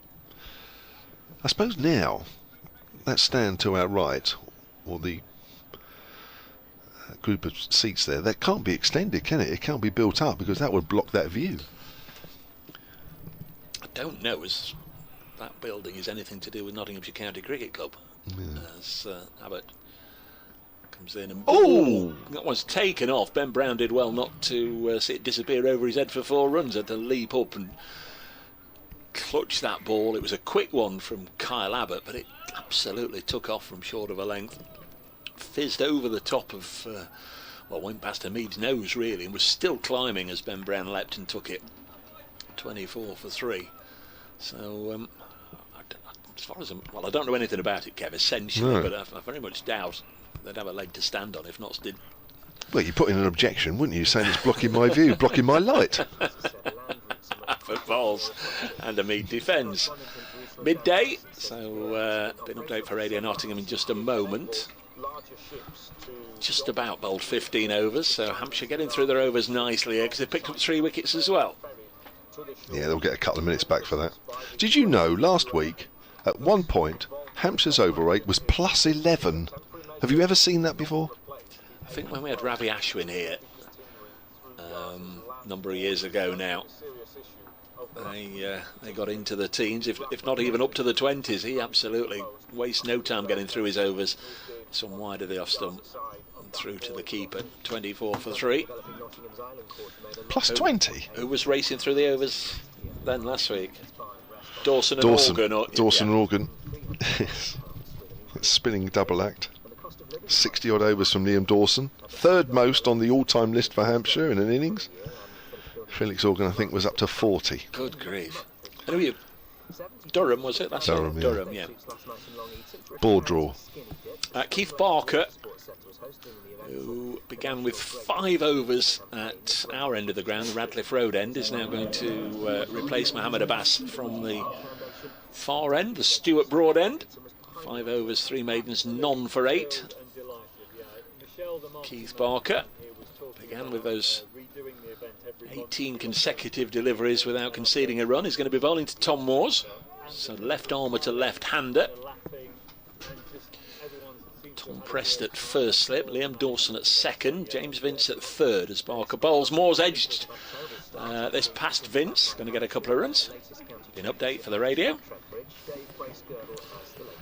Yes, it took Nottinghamshire into the 7th over before they got their first run of the morning, and by then they were already 2 wickets down. Ben Slater and Will Young both out for naught. Joe Clark soon followed for 4. Asib Hamid, as he did last week, holding knots together. They're 28 for 3. There's my quick 30-second hit for Radio Nottingham. They came back for a couple there. Just scuttled along the ground from Tom Moore's bat, past the diving Vince at third slip. Knots on to 28 for 3. Barker, who switched ends, comes in now, and Moores leaves us alone. Dave Bracegirdle and Kevin James at Trent Bridge, sunny Trent Bridge at the moment. There's plenty of cloud about, but there's good strong shadows around all of the players. Paul Barnes has sent a photograph of a bat swinging Kevin James in the England blue one-day strip with the red sleeves, and Ian Healy behind the stumps. I'm sure you've seen that many times before, but thank you very much, Paul. Next delivery on its way now and goes through to the keeper. I'll retweet that at Brace Cricket if anybody hasn't seen Kevin in his England colours, in his England days, reminiscing in the dressing room. I presume I've still got that outfit somewhere, I don't know. I've got various bags up in the loft of various kits from over the years, different sponsors, and when you have to change kit all the time. Daniel's made a good point on Twitter at Brace Cricket about listening in on the ground. As Barker comes past umpire Nigel Long, bowls and Moores defends. I do enjoy listening to the commentary when I'm here at the ground. Love hearing the chat. But the problem is watching the cricket, because there is about a 10-second delay if you follow it through the BBC Sport website or app. So you've got about a 10-second delay. It can be a little off-putting when you're watching a delivery and you're hearing the commentary of the previous ball, but it does enjoy the chat. Thank you, Daniel. That's a good point. Of course, the in-ground speakers, that's as live, isn't it? That's happening just then as it happens in front of your eyes, as Moores again shoulders arms and it goes through to the keeper. So how do they do it at Southampton, Kev? Is it one that will last you all season, and yes, you just need to put up a battery in every now and again? Yep, you pay a one-off fee at the Hampshire Club shop. I think that's where they're mainly sold, and then you just pop back and they'll put in another battery for you as and when it runs out. Yeah. 28 for 3. Next delivery on its way now. Barker bowls, and again Ben Brown has to be very light on his feet there, because that moved an awful lot, having beaten the bat, and Brown had to dive to his right. 28 for 3. Not at Taunton not too long ago, and as you know, down there their live stream is completely independent to the BBC commentary, but in the ground people are listening to their earpieces with the BBC commentary, and I think there were 3 of us there for that game, and on a little break I popped downstairs onto the balcony. I could hear lots of people listening to the BBC commentary, which was nice to hear. Here's Abbott, runs away from us. He's bowling to Hamid. Hamid's pushing forward at that as it goes out towards square leg. Bill Seeger has emailed silentcricket@gmail.com. He says, "Hi team, it would appear that Hampshire have brought their A game to this fixture. Long may they both continue. We may need a ball change in the afternoon if the sun keeps shining." Yeah, we haven't had one yet. Funny that, isn't it? Taking a few wickets. Yeah. No ball change. Love the commentary, says Bill. Still plenty of time for that to happen. Kyle Abbott, 1 wicket already claimed this morning. This was sliding down the leg side, all the pace taken off it by the pads of Hamid. Must say hello to Jackie and Pam downstairs in the reception area at Trent Bridge. They gave Kevin a nice warm welcome this morning. Always nice to see smiley faces at the start of a match. Do such a great job there downstairs. They don't see an awful lot of the cricket, but they've got the screens on down there in the foyer and the commentary on. So, but no remote. Is that right? No, somebody's stolen their remote. Next delivery is worked away behind square by Hamid. Will get a single. 29 for 3. Hamid on to 17. Yeah, somebody's pinched the remote from downstairs in the foyer there. So I'm afraid that's probably why they said they'd be listening to us. They can't change the channel. Probably want to listen to this morning. Yeah. So if you've pinched the remote, or you found that inadvertently stumbling out of one of the bars, you picked it up inadvertently when you got home, please bring it back, because they can't change the channel downstairs in the foyer. It's locked into us. We're in the 17th over. Abbott's going to go round the wicket to Tom Moores, who clips this up to Barker at mid-on. And there's no addition to the score. So Clark out for 4, following on from Will Young and Ben Slater. Tom Moores, this is his 76th first-class game. 2,700 runs or thereabouts, averages 24. Just a couple of first-class hundreds. Made his Notts debut in August 2016. Funnily enough, having made his first-class debut the month before when he went on loan to Lancashire. This is run by Moores down into the gully region, no run. Highest score of 81 against Hampshire last year here for Tom Moores. Second innings. Yeah.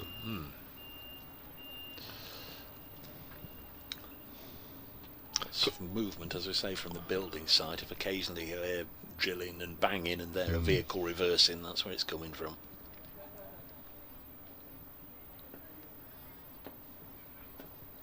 Final ball of the 17th over. Just clouding over a little. There's Moores again, shoulders, arms. So Kyle Abbott, 4 overs, no maidens, 1 for 13. Went for 8 from his first over.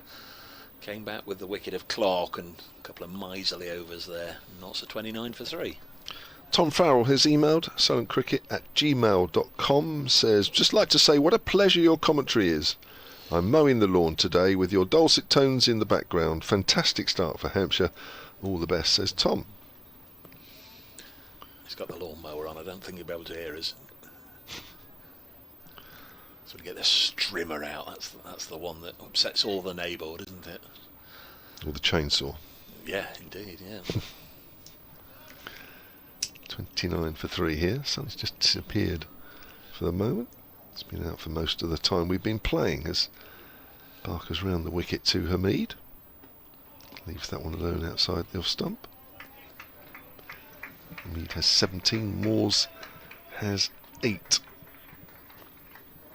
Good start for Hampshire, as one or two who have been in touch with us have said. Pete Watson has tweeted at Solent Sport, enjoying the commentary as always while marking university work. Delighted to see a pitch with bounce and carry. It might be difficult to tear the Hampshire bowlers away from this after their home matches so far this season. Couldn't agree more. It's pushed by Hamid wide of mid-on. Kyle Abbott has a little bit of work to do, so Hamid moves on to 18, 30 for 3. You're right, they do look as though they're enjoying bowling out there, and why wouldn't they want to keep the ball in their hand? I think at times in the last 3 home games it looked like they were quite happy to pass the ball on. Just had a little flick, Kev, on the Blackpool scorecard. Lancashire off to a flyer. They were pretty ordinary last week. They're 62 without loss. Ben Stokes has had a bowl already. 3 overs, none for 25. Ooh. Lovely drive there from Tom Moores through the covers, 4 runs. Lovely shot, minimum of effort, maximum reward, straight out of the middle of the bat. Lovely shot. 34 for 3. Ian East at Sonant Sports says, can we pack this pitch up and take it with us? Only just woken up from the utterly dire cricket so far at home. Joe, who's listening and watching as well at Sonant Sports, says, a little late joining you today, and it seems I've missed a plenty. There's already a bonus point on the board. I think, again, we had to wait a long time for any of those. It's about the only thing that did move on the scoreboard for a while in the home games, as that's pushed by Moores into the covers. So what have you had? 3 home games, all draws. You were washed out at Durham and lost at the Oval. Yep. That's our season so far. Yep, no W's, unlike you guys last week. I worry for Lancashire. I don't worry, actually. I mean, if they go down, they go down. But you do feel that they're not playing anywhere near their best cricket. I'm not taking that win away from you guys at all. I'm talking generally this season. Yeah. Here's Barker. Oh, playing a miss in there. Barker's just getting the ball to straighten a fraction to the left-hander. I mean, the point was made last week that they've got Joss Butler, Liam Livingston, Phil Salt and Luke Wood at the IPL. James Anderson's going to play some games, but not yet. He was here on the first morning but didn't play. They left Nathan Lyon out of that one because of an agreement with Cricket Australia. 6 out of he'd play 6 out of 7 and missed the Trent Bridge one. So a lot of players missing last week. This is pushed out in the cover. Sorry, apologies for that one. 34 for 3 at the end of that over. Hamid has 18 and Moores has 12. But Matty Hurst, the young wicketkeeper batter, got a maiden century in the second innings, so it'll be a game he'll remember. But Nottinghamshire, largely through the efforts of their skipper. I mean, it was a Herculean effort from Asiba Mead, 247 not out. And Ollie Stone, of course, that was the Brucey bonus, really. In that Ollie Stone, who had a previous career best with the bat of 60, he made 90, a really long partnership with Asiba Mead. This one strikes Mead on the pad and then carries to Fletcher Middleton in the gully. Not out. Nothing going for it with regards to the LBW, and he didn't get any bat on it, but still a decent delivery. Just waiting for these dark clouds to blow away. Don't think we're in any real grave danger of getting any showers. Map this morning seemed to suggest that we'd be okay this part of the East Midlands. As Abbott bowls, and again Hamid drops it on the leg side. No run. Hamid went into last week's match after the first 4 games, went into last week's match averaging 19 for the season with a best of 41 not out, and came out of it averaging over 61. So does go to show one Herculean effort can just also tilt your individual statistics as well. Doesn't look so bad now. He's averaging 61 for the season, Hamid. 34 for 3. Nottinghamshire club skipper faces Kyle Abbott and then drives handsomely up to wide-ish mid-off, and there's no run. I think at the toss, 1 or 2 of James Vince's teammates and the coaching staff were a little inquisitive as to what Notts might have done, but I don't think Asiba Mead gave any secrets away, so it was a little bit of a punt taken by James Vince, but a punt that very quickly proved to be the correct one. Notts were 0 for 2 in the 6th over, 17 for 3 in the 13th. Next delivery wide of the pegs and goes through to Ben Brown. Yeah, I mean, 3 wickets down isn't the end of the world. Still some good batting out there in the middle and to come. It's just, when captains make these decisions and you think, shall we bat, shall we bowl? The most obvious questions you're asking yourself is, if conditions do improve, as we expect this afternoon, can we get through the morning and maybe a little bit after lunch? And if you think you can, then you would bat.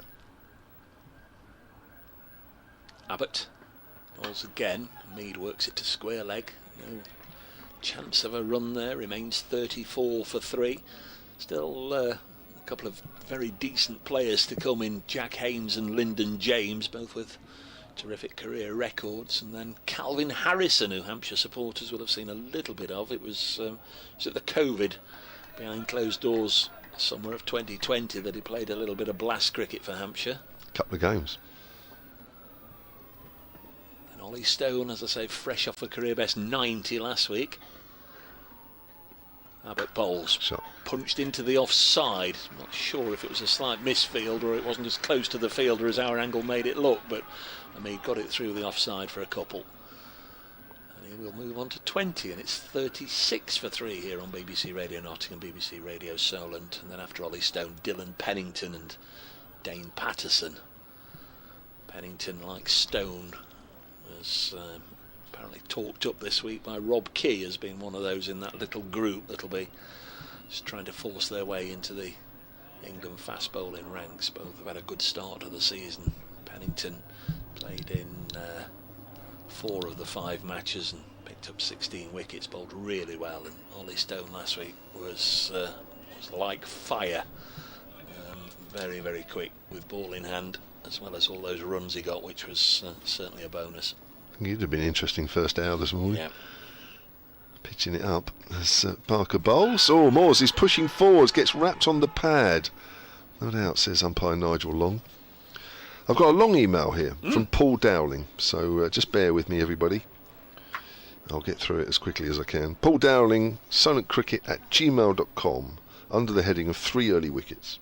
I appreciate that we have a threatening points deduction hanging over us, this is Hampshire, but already this morning we have seen a decent wicket producing wickets at last. Surely this would mean that this wicket could present Notts the same issue Hampshire are under if wickets continue to fall? Question mark. Here's Barker. Moores drives, inside edge. He was looking to play that on the offside. It went out on the on. Pick up a single. 38 for 3. Paul goes on to say, I believe that we will be relegated this year because of terrible wickets at the Utilita Bowl. Other counties, Essex and Nottinghamshire, won numerous titles that would have made the wicket Hampshire have been criticised for as a flat track. Yet we are facing... Oh, I can see Dave's face already. And I'm not even looking at him. Yet we are facing a turgid year of Championship cricket at home as the inability to create wickets that suit our strength. You stand a better chance of survival and success if you make wickets at Southampton competitive, as Barker comes in and bowls to Hamid. Hamid pushes it back to Barker. When you win, any points reduction will be taken from a larger figure. I have never understood why, having a great championship window open with our seam attack of the past years, our wickets at home have given little or none assistance to our bowling strength. Hashim Amla innings, a great example. That was about 3 years ago, 2-3 years ago. Sorry, we batted all day for about 20. We should have won at least, and I'm not joking, we should have won at least one title in the past 5 years, but our home wickets, as Barker comes in and bowls to Hamid, edge through to Ben Brown, who's taken that right in front of Tom Prest at first slip, and Hamid's dogged innings comes to an end. He's gone for 20. Nottinghamshire have lost their 4th wicket this morning with a score on 37. Yes, and there'll be repercussions in the dressing room, I'm sure. Seeing the captain go after what he did last week. Herculean effort against Lancashire. This time he's batted for an hour and 20 minutes for his 20. Typically dogged knock from Asib Hamid. Faced 55 balls, 3 fours. But that's a huge blow inflicted by Keith Barker. 4 down. Well before lunch here already. The decision to insert Notts is thoroughly vindicated. Notts have got to really dig deep into the resources here to get some sort of competitive score on the board. We always talk about not being able to win the match on the first day, but you can certainly lose it with a poor effort, and Notts will feel this is certainly a subpar start. A below par score of 37 for 4 as Jack Haynes makes his way out to the middle. Another of the Worcestershire trio that came in the close season. Talented young player, best of 77 so far for Nottinghamshire. For Jack Haynes. Could this be the time that he makes a major contribution? He's 23, was born in Worcester, son of Gavin Haynes, would have been your generation. Gavin Haynes, Worcestershire all-rounder, played Yeah, that's right, I remember. quite a big bit. He's already got 5 first-class hundreds, and he's never played against Hampshire before.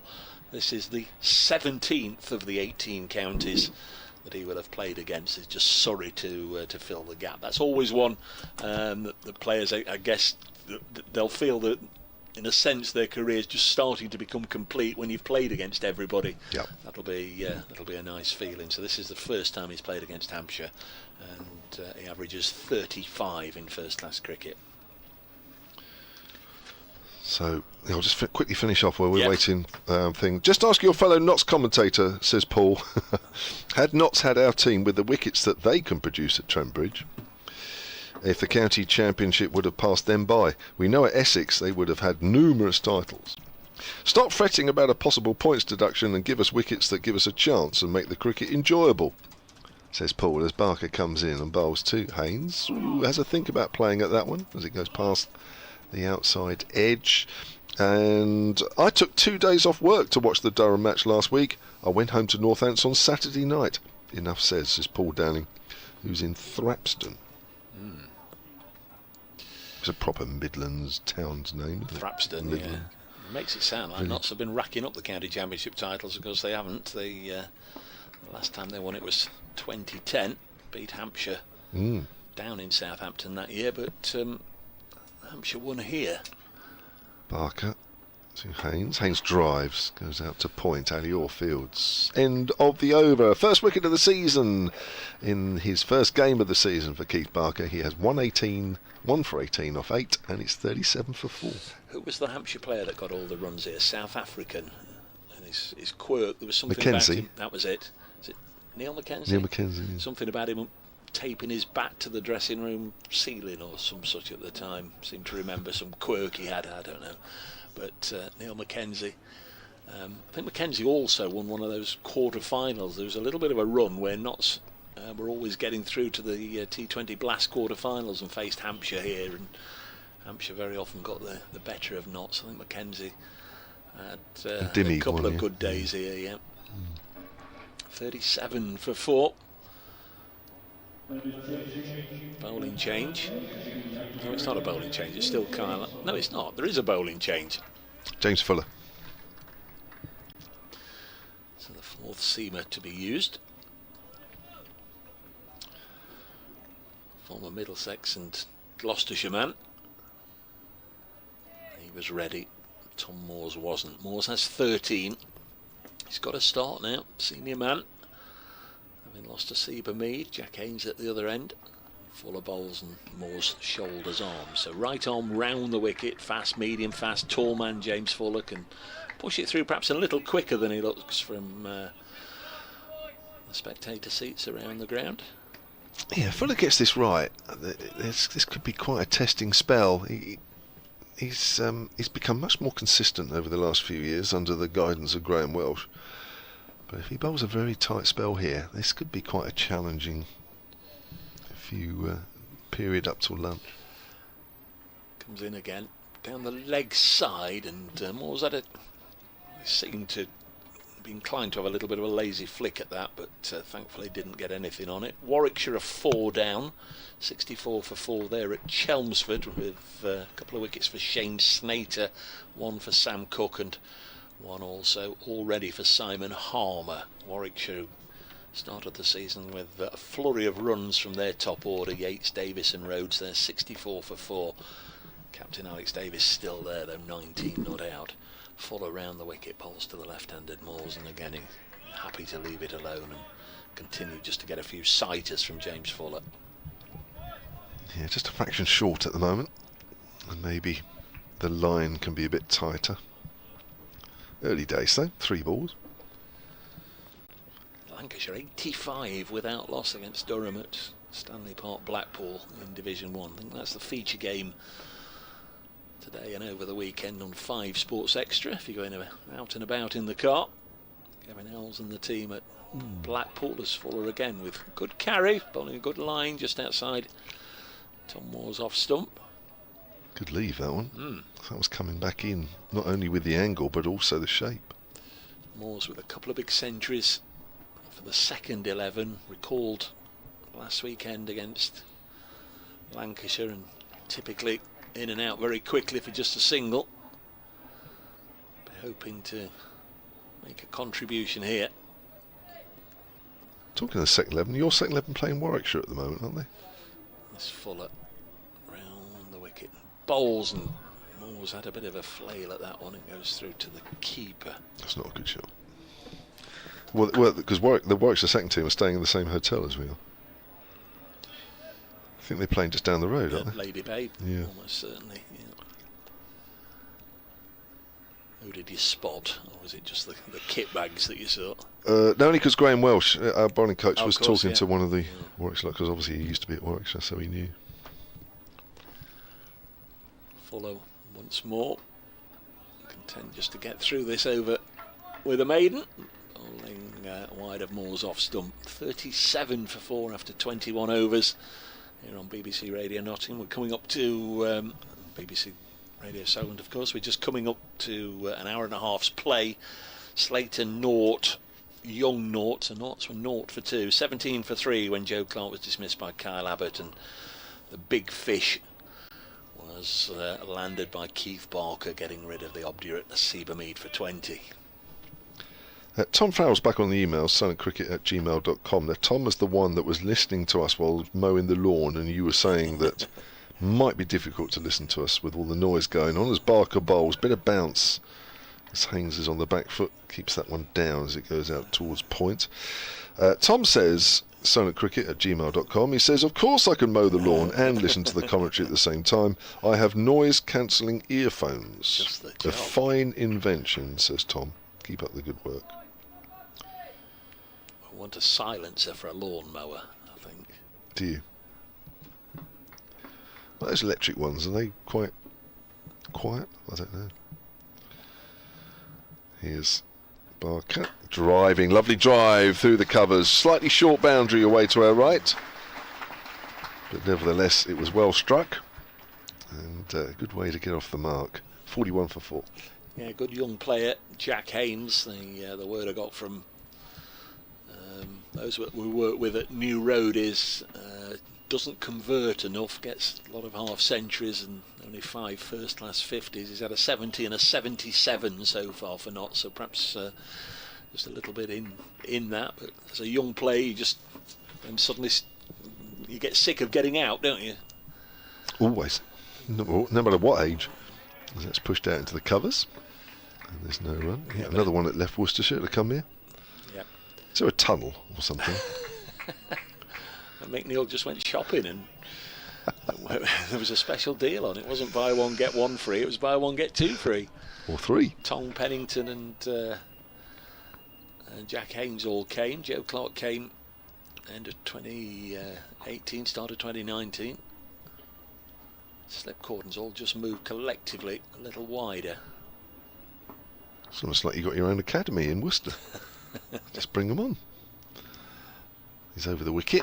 Haynes drives, not timed, goes up to mid-on.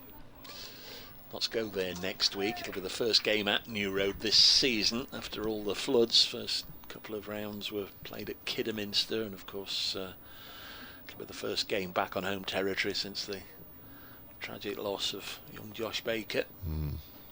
So expecting it to be quite an emotional few days for many next week. 41 for 4. Now a number of Notts fans are going, not too far away. Barker round the wicket to the right-hander. Short, and it's pulled away on the leg side, and he can't get any trouble there. There's nobody on the leg side once he'd lifted it up and over and away. Handsome shot. Second boundary to Jack Haynes, moves on to 8, 45 for 4, and Keith Barker, don't think we'll be doing that again. Took it on, didn't he? And played it quite nicely. So he's caressed one through the offside and pulled that one through the leg side. Now the ball's got lost under the covers somewhere. The spectators in the Fox Row stand just doing a good job of identifying where it had gone, and the ball has been retrieved. Well, while we're looking over that way, I've got an email from Andrew Cullis, silentcricket@gmail.com. Says, a mention for the Pompey fans who have arrived to support Hampshire in the corner by the main scoreboard. And there they are, there's a flag there saying, play up Pompey. Away to our left, not far from when that ball was stuck under the covers. Had a good season, didn't they? Championship football next year. Barker round the wicket. Haynes leaves this alone. The end of Keith Barker's 9th over already. 9 overs, 3 maidens, 1 for 26. For, what was he? The godson of Clive Lloyd, wasn't he? If I remember back. Yes, I think so. Clive Hubert Lloyd. Former West Indies grade, of course. And Keith Barker, who for a brief stage in his early life was a professional footballer as well. Going to be James Fuller. The sun is back.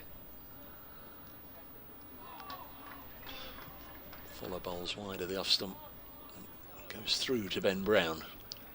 I've just been sent a lovely message here from a certain Nick Gubbins, who is not here. If you just joined us, the reason he isn't here is because him and his wife had a lovely baby girl last week, Ottilie, and he's just sent me a picture of Ottilie asleep in front of the live picture feed. That's tremendous. Many congratulations, Nick.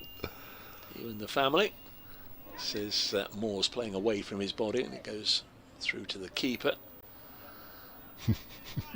Did the, as you know, because you were out there as well, you came and shared in the comms, did the North v South competition in Barbados in, when was that, 2018, and Nick got Yes. a couple of very special hundreds, and I think I'm right in saying he didn't play in the 3rd game. Joe Clark, did he get 100 in each match for the North? Well, you were working there. Yeah, I was on holiday. Yeah, I think Nick. This is pushed in the offside. I think he was probably nailed on for the Man of the Series award, but didn't play. Might have got a hamstring. Didn't play in the last match. But Joe Clark, who'd also got hundreds in the first 2 games, he did play in the 3rd game and got another 100. So he was Man of the Series. 45 for 4 knots. Stephen Mullaney skippered the North, and when you're talking about it last week, well, Stephen Mullaney was on commentary with us. Sam Northeast skippering the South. Anyway, that's a long time ago as Tom Moores flails this through the offside in front of square. Will get a boundary. Yes, the ball just hits the boundary rope. 49 for 4.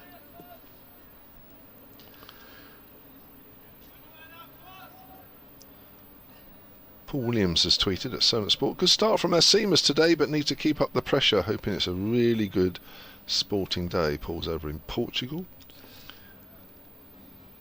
Ball's on to 17. James Fuller to bolt. Oh, he's bowled him.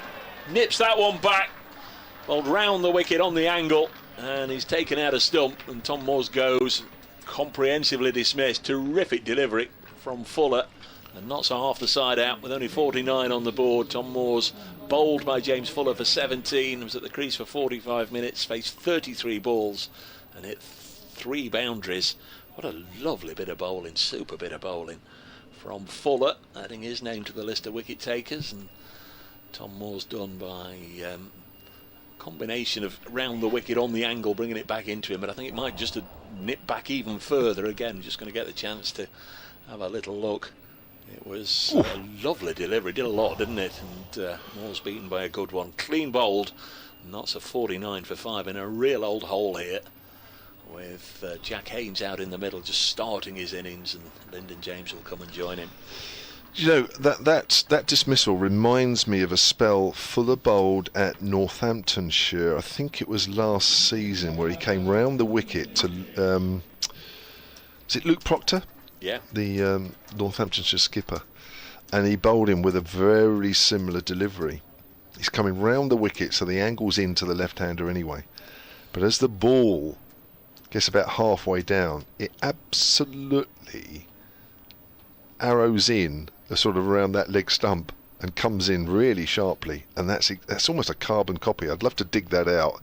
I certainly haven't got time now, and see that dismissal of Proctor last year. It was at Northamptonshire, and Fuller has that ability coming round the wicket when he gets it right, when he's got the shape of the ball right, it's coming out of his hand right. that it absolutely spears in, and that did. I think I tell you what, Tom Moores could face that ball 6 or 7 times, and I think it would get him out every time. Terrific bit of bowling. Fuller's going to go over the wicket to the new man. Lyndon James has had a 96 already this season. Lyndon James, 25 years of age, right-hander. This is his 48th first-class game. Not fared particularly well against Hampshire in the past. 2 previous matches, top score only of 21. He's on strike now. Tall man. Oh, well down the leg side from Fuller. Got his line wrong there. 49 for 5. Oh, it's called a wide. Somewhat belatedly. Umpire O'Shaughnessy had a right old long look at that and expecting over to be called, but he's called. In fact, they've done the scorers and the scoreboard because they've turned over from 22.5 overs to 23 overs, so it's all got to go back again. And that's the 50 brought up for Notts. 50 for 5. Lyndon James getting a real old sight at his first delivery. Long way down the leg side. Next delivery on its way now. And Lyndon James defends. End of the over, successful one from James Fuller. 2 overs, 1 maiden, 1 for 5 in that over. Tom Moores bowled by James Fuller for 17. Just had a quick word from producer Kirsty, who looks after us, keeps us on air, just to say, some of you might have noticed, just every now and again, there's a little bit of a glitch, a little bit of buffering going on if you're following on the live stream, following the pictures. So during the luncheon interval, they're going to sort that out. They're going to stop the stream and go again. Effectively, they'll turn the computer off and turn it on again. Please advise your viewers, Dave, can they refresh their system just before we restart again at 20 to 2? So if you're following the pictures and you've noticed the glitch, they can sort it out, but they'll have to turn off the stream and turn it back on again. But it'll mean you'll have to refresh your system so you don't get the buffering anymore. Thank you very much, producer Kirsty. 50 for 5. There's Kevin James. Well, Bass back from the Stuart Broad Pavilion end. Terrific this morning. 2 wickets for just 4 runs. He's back into the attack. Bowls 2. Haynes, who leaves that one alone outside the off stump, picked up the wickets of Slater and Will Young, whilst Nottinghamshire were still waiting for their first run. Ralph Brooker has emailed sonatcricket@gmail.com. He says, afternoon, gents. Watching from a cafe in France. Punnet of genuine chips, a beer and earphones in. Congratulations and best wishes to the Gubbins family, says Ralph. Genuine chips as opposed to patata fritter, I guess. Yeah. So is Nick taking the full 12 months paternity leave? As Haynes pushes forward there, goes past the outside edge. I must admit I don't know because I haven't seen him, obviously, since he's had the baby. So I suppose he's entitled to if he really wanted to. That's something unusual, I would have thought. I would say certainly during the winter it might have been easy. Alex Davis is out at Chelmsford now. Another wicket for Jamie Porter for Essex. Warwickshire 67 for 5. So similar number of wickets down as here.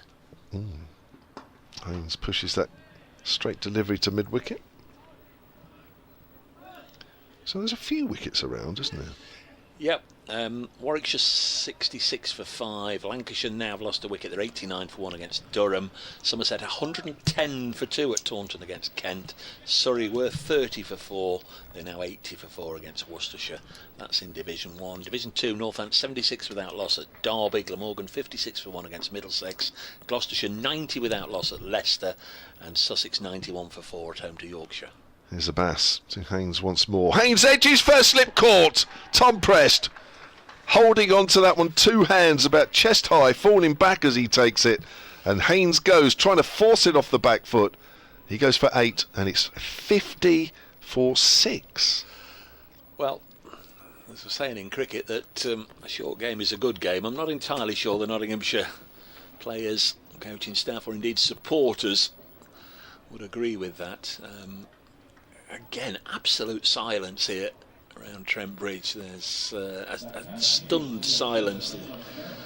home supporters came very much looking forward to a little more of the same. They celebrated Notts getting a win on Monday, their first of the season, and I think they were here in their numbers optimistically hoping that Notts would carry on. They'd already moved up to 4th in the Division 1 table, and another strong performance here against a side that's traditionally done well on this ground and traditionally done well against Notts over the last few years. But it is, once again, with regards to Notts v Hampshire, the same old story. It's Hampshire very much having the better of things so far, the thick of things. They won the toss and have got Notts after about an hour and 3/4, 50 for 6, as someone who was just a brief member of the Hampshire dressing room makes his way out of the pavilion gates here. Calvin Harrison, the leg spinner. I can officially confirm that Nick Gubbins is just taking 1 week paternity leave. I hope he doesn't mind me reading all this out. No, thanks, Nick. Yeah, so he's back to face Surrey, he says. So looking forward to that. I think he would have had his work cut out batting in this session this morning had he been in the side, and Hampshire would have lost the toss. I'm pretty sure Hamid would have asked Hampshire to bat first. That's for sure. But as Nick says in his message that this does flatten out here. So you want to cash in when the going's good. Calvin Harrison, who I guess wouldn't have expected to be in so early, with just over 15 minutes until lunch. Here's a Bass. Comes in again, bowls forward. Good length delivery from the Bass as the ball makes its way up towards mid-on. Well, even Moa Bass looks like he's running in like he hasn't run in this season. He's excited. I've seen him for a while. What figures he's got at the moment. Yeah. He's almost doubled his wicket tally for the season. That's not quite, but had 5 going into this game. He's got 3 here with a promise of some more to come. Yeah. Comes in again to Harrison, and Harrison's forward. Goes back to Abbas. End of the over. 8 overs, 5 maidens, 3 for 4. Astonishing stuff from Mohammed Abbas. Calvin Harrison has registered a maiden first-class 50 this season in the match against Worcestershire, made 52. Since then, he's only batted once in each innings. 0 at Taunton, 3 at Edgbaston, and 21 last weekend against Lancashire. But he has taken piles and piles of wickets as he continues to develop his career as a very special young leg spinner in all forms of the game. Going to really need to find a partnership sooner or later, not, so they're going to be blown away in the early part of the afternoon. They're 50 for 6. Lyndon James is on strike, and he will get off the mark, helping it into the offside for a couple. Never nice when you've got a scoreboard showing 50 for 6 and neither player yet to score, but that's all altered. Lyndon James getting a couple of runs, so he's away. 52 for 6. Yeah, it's been tough, as the scoreboard suggests, for the batters. I think the problem for the batters is that not every ball has been uniform in terms of there's been ones that have bounced a bit more, there's been ones that have swung a bit more, ones that have just nipped off the seam a bit more than others. It's tough going then. Follow to James on the pads, and this is clipped through mid-wicket. Strong area for Lyndon James there. Gets a boundary out towards the William Clark stand. Just striving to get it up there, get a bit of swing. James Fuller just slightly overpitched, and Lyndon James, tall man, 6'5" or thereabouts, worked it nicely through mid-wicket. Has inherited, some of you Hampshire supporters might have noticed, wears 8 now. Has inherited Stuart Broad's number after Broad's retirement. Has worn number 45 over the last few years since making his bow into the Nottinghamshire team. But there was a handing over ceremony from Stuart to Lyndon of the number 8. And again, this has worked to mid-wicket, but Hampshire have popped a man out there. They will come back for 2 though. That's good running. So Lyndon James has tucked into the last 3 deliveries. 2-4-2. That's 58 for 6. Yeah, it just looks like Fuller can get the ball to swing, which is effectively away to the right hander, much easier when he comes round the wicket. Hence, the ball to Tom Moores. When he's coming over the wicket here, he's bowling a line where, yes, if it straightens or it swings a bit, is a great line, but it's not actually doing that for him. Fuller in again to Lyndon James, just right in the block hole and defended. I'm just having a look at Mohamed Abbas. That game at the Ageas Bowl, as it was at the start of last season. In the first innings, Mohamed Abbas did for Notts with figures of 6 for 49, and in the second innings he got 4 for 39. So no, I beg your pardon, no, that was Kyle Abbott. He got 3 for 67. Yeah, so 9 in the match. This is Fuller. It's the 25th over of the innings, and Lyndon James now taken 9 from this over, all on the last 3 scoring shots on the leg side. Gets a single. Calvin Harrison down to face James Fuller for the first time, 59 for 6. Yeah, he's going to have to adjust his line here a little bit, Fuller. As I say, it's a great line if it shapes, if it straightens, if it swings away a bit, but it's just not. So the ball's ending up sort of middle and leg stump by the time it reaches the batters. He's just going to have to move that line over ever such a fraction. See what he can do to Calvin Harrison. Yet to score. Nice and full, works it out on the leg side, and that's the end of James Fuller's over. He's got a wicket, 1 for 14 after 3. Slater and Young both out for 0. Joe Clark for 4. Hasib Hamid made 20, which is still the top score. Tom Moore 17, and last to go Jack Ames out for 8. Wickets going down at 0-0, 17, 37, 49 and 50. Yeah, 9 off that over from Fuller, which obviously in the context of this score, this total, is a very, very expensive over indeed. It'll be interesting to see whether James Vince continues with Fuller or might give Abbott a couple of overs before lunch. Certainly can't afford to have too many overs like that. But that is James Fuller. I'm afraid he's a little bit more expensive than the others, but he does produce wicket-taking deliveries. Yeah, they've all got wickets. 3 for Mohamed Abbas and 1 apiece for Keith Barker, Kyle Abbott and James Fuller. Here's Abbas again then. Forward is James. Takes a quick single as the ball goes quietly into the gap in the covers. He's on 10 now. And it's 60 for 6. Wonderful morning for Hampshire. It's most certainly been an important toss to win. I know you said earlier that Hasib Hamid didn't give too much away, but I would be very surprised if he was thinking anything else other than putting Hampshire into bat. So this could have quite easily been Hampshire. Here's a pass again. Balls wide outside the off stump. I think Harrison thought about initially having a little drive at that one, but rather wisely decided against it. So we're getting close to lunch now, aren't we? 10 minutes till lunch. Yeah. Always good lunches here. Can't wait for it. Fight with the members a little bit for the lunch, but other than that, it's well worth waiting for. I don't know about the members, because the members will be heading over to the forum over on the far side of the ground. The members' forum? Yep. Who's conducting that then? Mick Newell? Passes right of the crease. Comes back a fraction, but it's a good lead. There'll be the chief exec, the director of cricket, the head coach, and the chairman of the committee. They'll all be in there fielding questions from the members. It's in the Derek Randall suite, the Hound Road stand, which is at the far end of the ground. Any particular burning issues? Well, I'm sure we'll hear all about it. That's the joy of the joy, or indeed the jeopardy, I guess, that those that are going will. Pass to Harrison, who does drive at this one, gets it off the bottom of the bat as it goes out to Barker at mid-off. We'll hear or face. There'll be there's the usual concerns, I'm sure, about the 100 taking over, and there'll be people with all sorts of different things about lack of loo roll in said toilet on said day of said game, and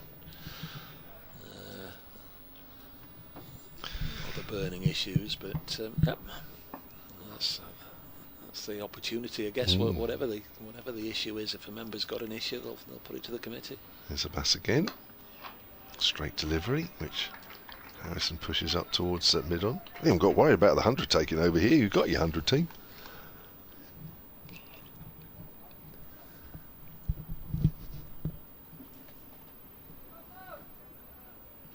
They have indeed. I'm sure, not that the top table can do a great deal about it now, but I'm sure again it'll be raised. First members forum of the season, so I'm sure again it'll be raised about the opportunities to watch first-class cricket at Trent Bridge in the summer months, and all the other questions they've heard before. Outside off stump, good delivery, good line, and that's a good lead from Harrison to end that over. Still terrific figures for Mo Abbas, 9 overs, 3 for 5, and Nottinghamshire are 60 for 6 here. It's been a morning that certainly belonged to Hampshire, and I don't think I've said that so far this season. There's been a couple of sessions which Hampshire have done okay in, but in terms of the game moving forward quickly and Hampshire dominating, this really is the first session. Yes, Hampshire have done particularly well here at Trent Bridge in recent times as Fuller comes in and Lyndon James defends. Hampshire had 16 wins at Trent Bridge in history, but 6 of those have been this century. 5 draws this century and only 2 Notts wins. Beat the Dominic Cork side here in 2011. That was right at the start of the season, first match when Notts were defending champions, and the only other time was in 2018 as Fuller bowls through to the keeper. That 2018 win, Stephen Mullaney, the Nottinghamshire captain, got 100, and so did Hashim Amla, who was playing for Hampshire then. Of course he played for Notts in their championship winning season. Notts haven't won down at Southampton since 2010, and Amla played a big part in that. Him and Mark Waugh getting Notts home on the last day. Fuller bowls. This one swings wide of Lyndon James. Probably 2 overs after this one, since or up to the tea interval. Last year Hampshire won at Welbeck in the 50 over competition. First time Kevin had been there, and we've already heard from him 2 or 3 times. Nick Gubbins, he got a century at Welbeck in the 50 over. No, I was there for campaign. a 4-day game. Oh, of course you were. Well, 1-day game. Well, yeah, 60 for 6 as James Fuller comes in, and again it swings wide of the off stump. That's when we had a social evening with Mr. Tufnell, who is again going to be around Trent Bridge in July. The test match is on, but as part of the Stephen Mullaney testimonial year, there's going to be a question of sport. Michael Vaughan on one side, Phil Tufnell on the other, Luke Fletcher's taking part, Stuart Broad, and of course Stephen Mullaney. 1 or 2 others no doubt will be involved. 60 for 6 as Fuller bowls wide of the pegs, and it goes through to the keeper. That's in July when the West Indies are over here. England-West Indies test match. The end of the Thursday, the first day's play. There'll be a question of sport if you want to go along and watch that. All the details on the Stephen Mullaney testimonial year website. 60 for 6. That's Fuller. The sun comes back, bowls to James on his thigh pad, worked away on the leg side. And a single taken, 61 for 6.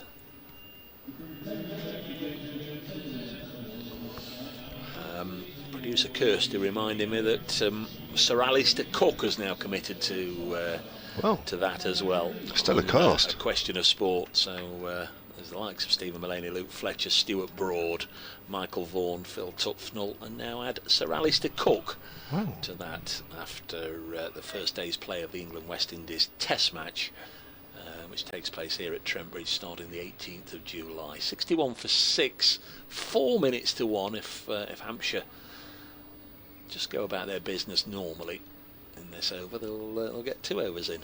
You reckon? This could be interesting. A couple of scoring shots might struggle. Here's Abbas bowls. Oh, that's nipped away. Good lead from James.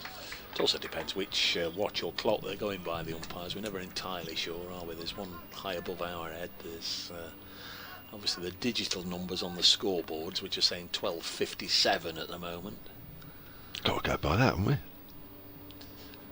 don't think you can you? Just in Can you case not? there's a power outage or some sort. They must go by their own watches or clocks, okay. surely, do you think? I don't know.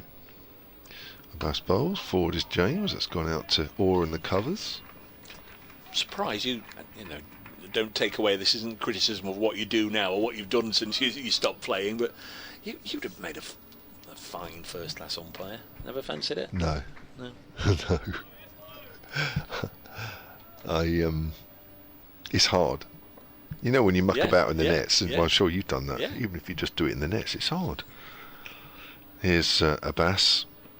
Lovely drive through the covers. That's a beautiful shot. Good stride there from Lyndon James. Slightly over pitch from Abbas. And anything that's hit anywhere out the middle of the bat, just no chance of cutting that off to that short boundary side. 65 for 6 now, Nottinghamshire. I think the worry I would have had with being umpire is just being consistent. I think that's the hardest thing. Is having given one LBW, you've then got to give ones that are similar. Down the leg side. Yeah. You think, have you umpired in games? I don't think I've even done it. I've done club games, and even then you do have that nagging thought that, did I get that one right? Yeah. You know, especially, you know, club games, we all know, or generally you get roped in to umpire the club you generally have some sort of affiliation with. There's a pass. James plays it back to the bowler. And generally like to think, you know, honest fella, so if I stand there and do it, I do it to the best of my ability. If I think it's out, I'll stick my finger up. If I don't think it's out, I'll... But sometimes, you know, you're going to be perhaps having a little glass of something with that same fella later on in the evening, which, you know, it's not always something that the first class umpires do, and you've perhaps got to justify your decision. So this one's run to backward point, no run, and you know, as we know, everybody sees decisions differently, even with the benefit of replays. You know, sometimes we've said, you know, and if anybody can have a look at the live stream and tell us what do you think, and you will have 10 people come and say, yeah, it was out, it pitched in line and was hitting, and you will have another 10 say, look to me very much as if either it got an inside edge or it was going over the top, whatever the case may be. It's not easy, is it? It's not easy. No. What we know is that, you know, they're out there doing it as honestly and as fairly as they can. Got some fabulous first-class umpires here. As Fuller bowls a short pitch ball which goes over the past Lyndon James, who was leaning back. Sorry, I thought you were about to do an update, which was Kev is going to do an update for Solent Sport listeners. 65 for 6, so I'll maybe conclude this session now.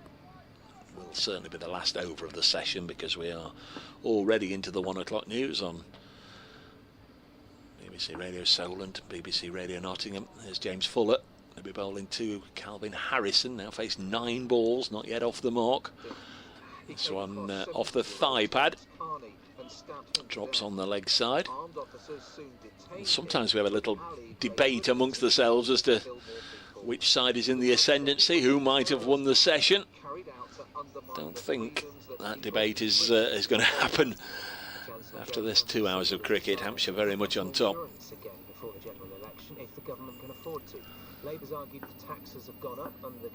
Four balls left in the session.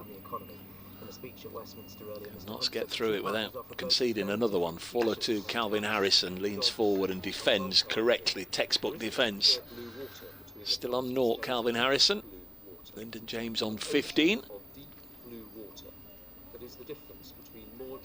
In fact, he's scored all 15 that this pair have put on. Tax cuts or tax rises, more growth or less growth. The boss of Severn Trent Water has been defending her multi-million-pound pay package despite sewage spills by the company, rising by a third in Fuller in his 5th over. 1 for 15. 9 of those came from just 1 over. He's in now. Pitches it up to Harrison. Works it away for his first run. Square of the wicket on the leg side. 66 for 6. Dramatic progress. If you look at the contribution of the customers over that period on all the areas they wanted to work on, best ever leakage, best ever. It's a terrific morning for Hampshire. Kyla, beg your pardon, Mohammed Abbas getting the first 2 wickets. Ben Slater and Will Young both for naught. Then Kyle Abbott removed Joe Clark for 4. Seba Mead out to Keith Barker for 20. James Fuller bowled Tom Moores for 17. Fuller again down the leg side, helped away by Lyndon James for another single, 67 for 6. Jack Haynes fell to Abbas for 8. And we've got 1 ball left with Calvin Harrison on 1, Lyndon James on 16.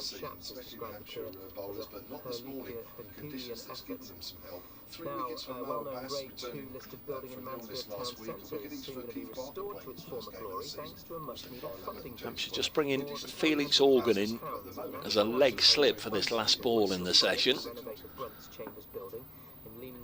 Calvin Harrison on the strike. Fuller into bowl. This one went the other way. Started wide, went wider still, and that will be lunch here at Trent Bridge. A morning totally dominated by Hampshire.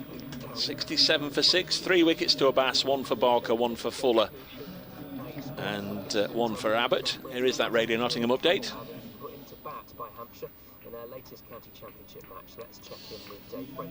As the players leave the field here, it's certainly Hampshire's morning. They've got Notts 67 for 6. Wretched start for Notts. An unchanged side. After 6 overs, they were already 0 for 2, losing Slater and Young. Joe Clark followed, Seba Mead out for 20, and by the interval, Harrison and James at the crease with Nottinghamshire. Disappointing 67 for 6.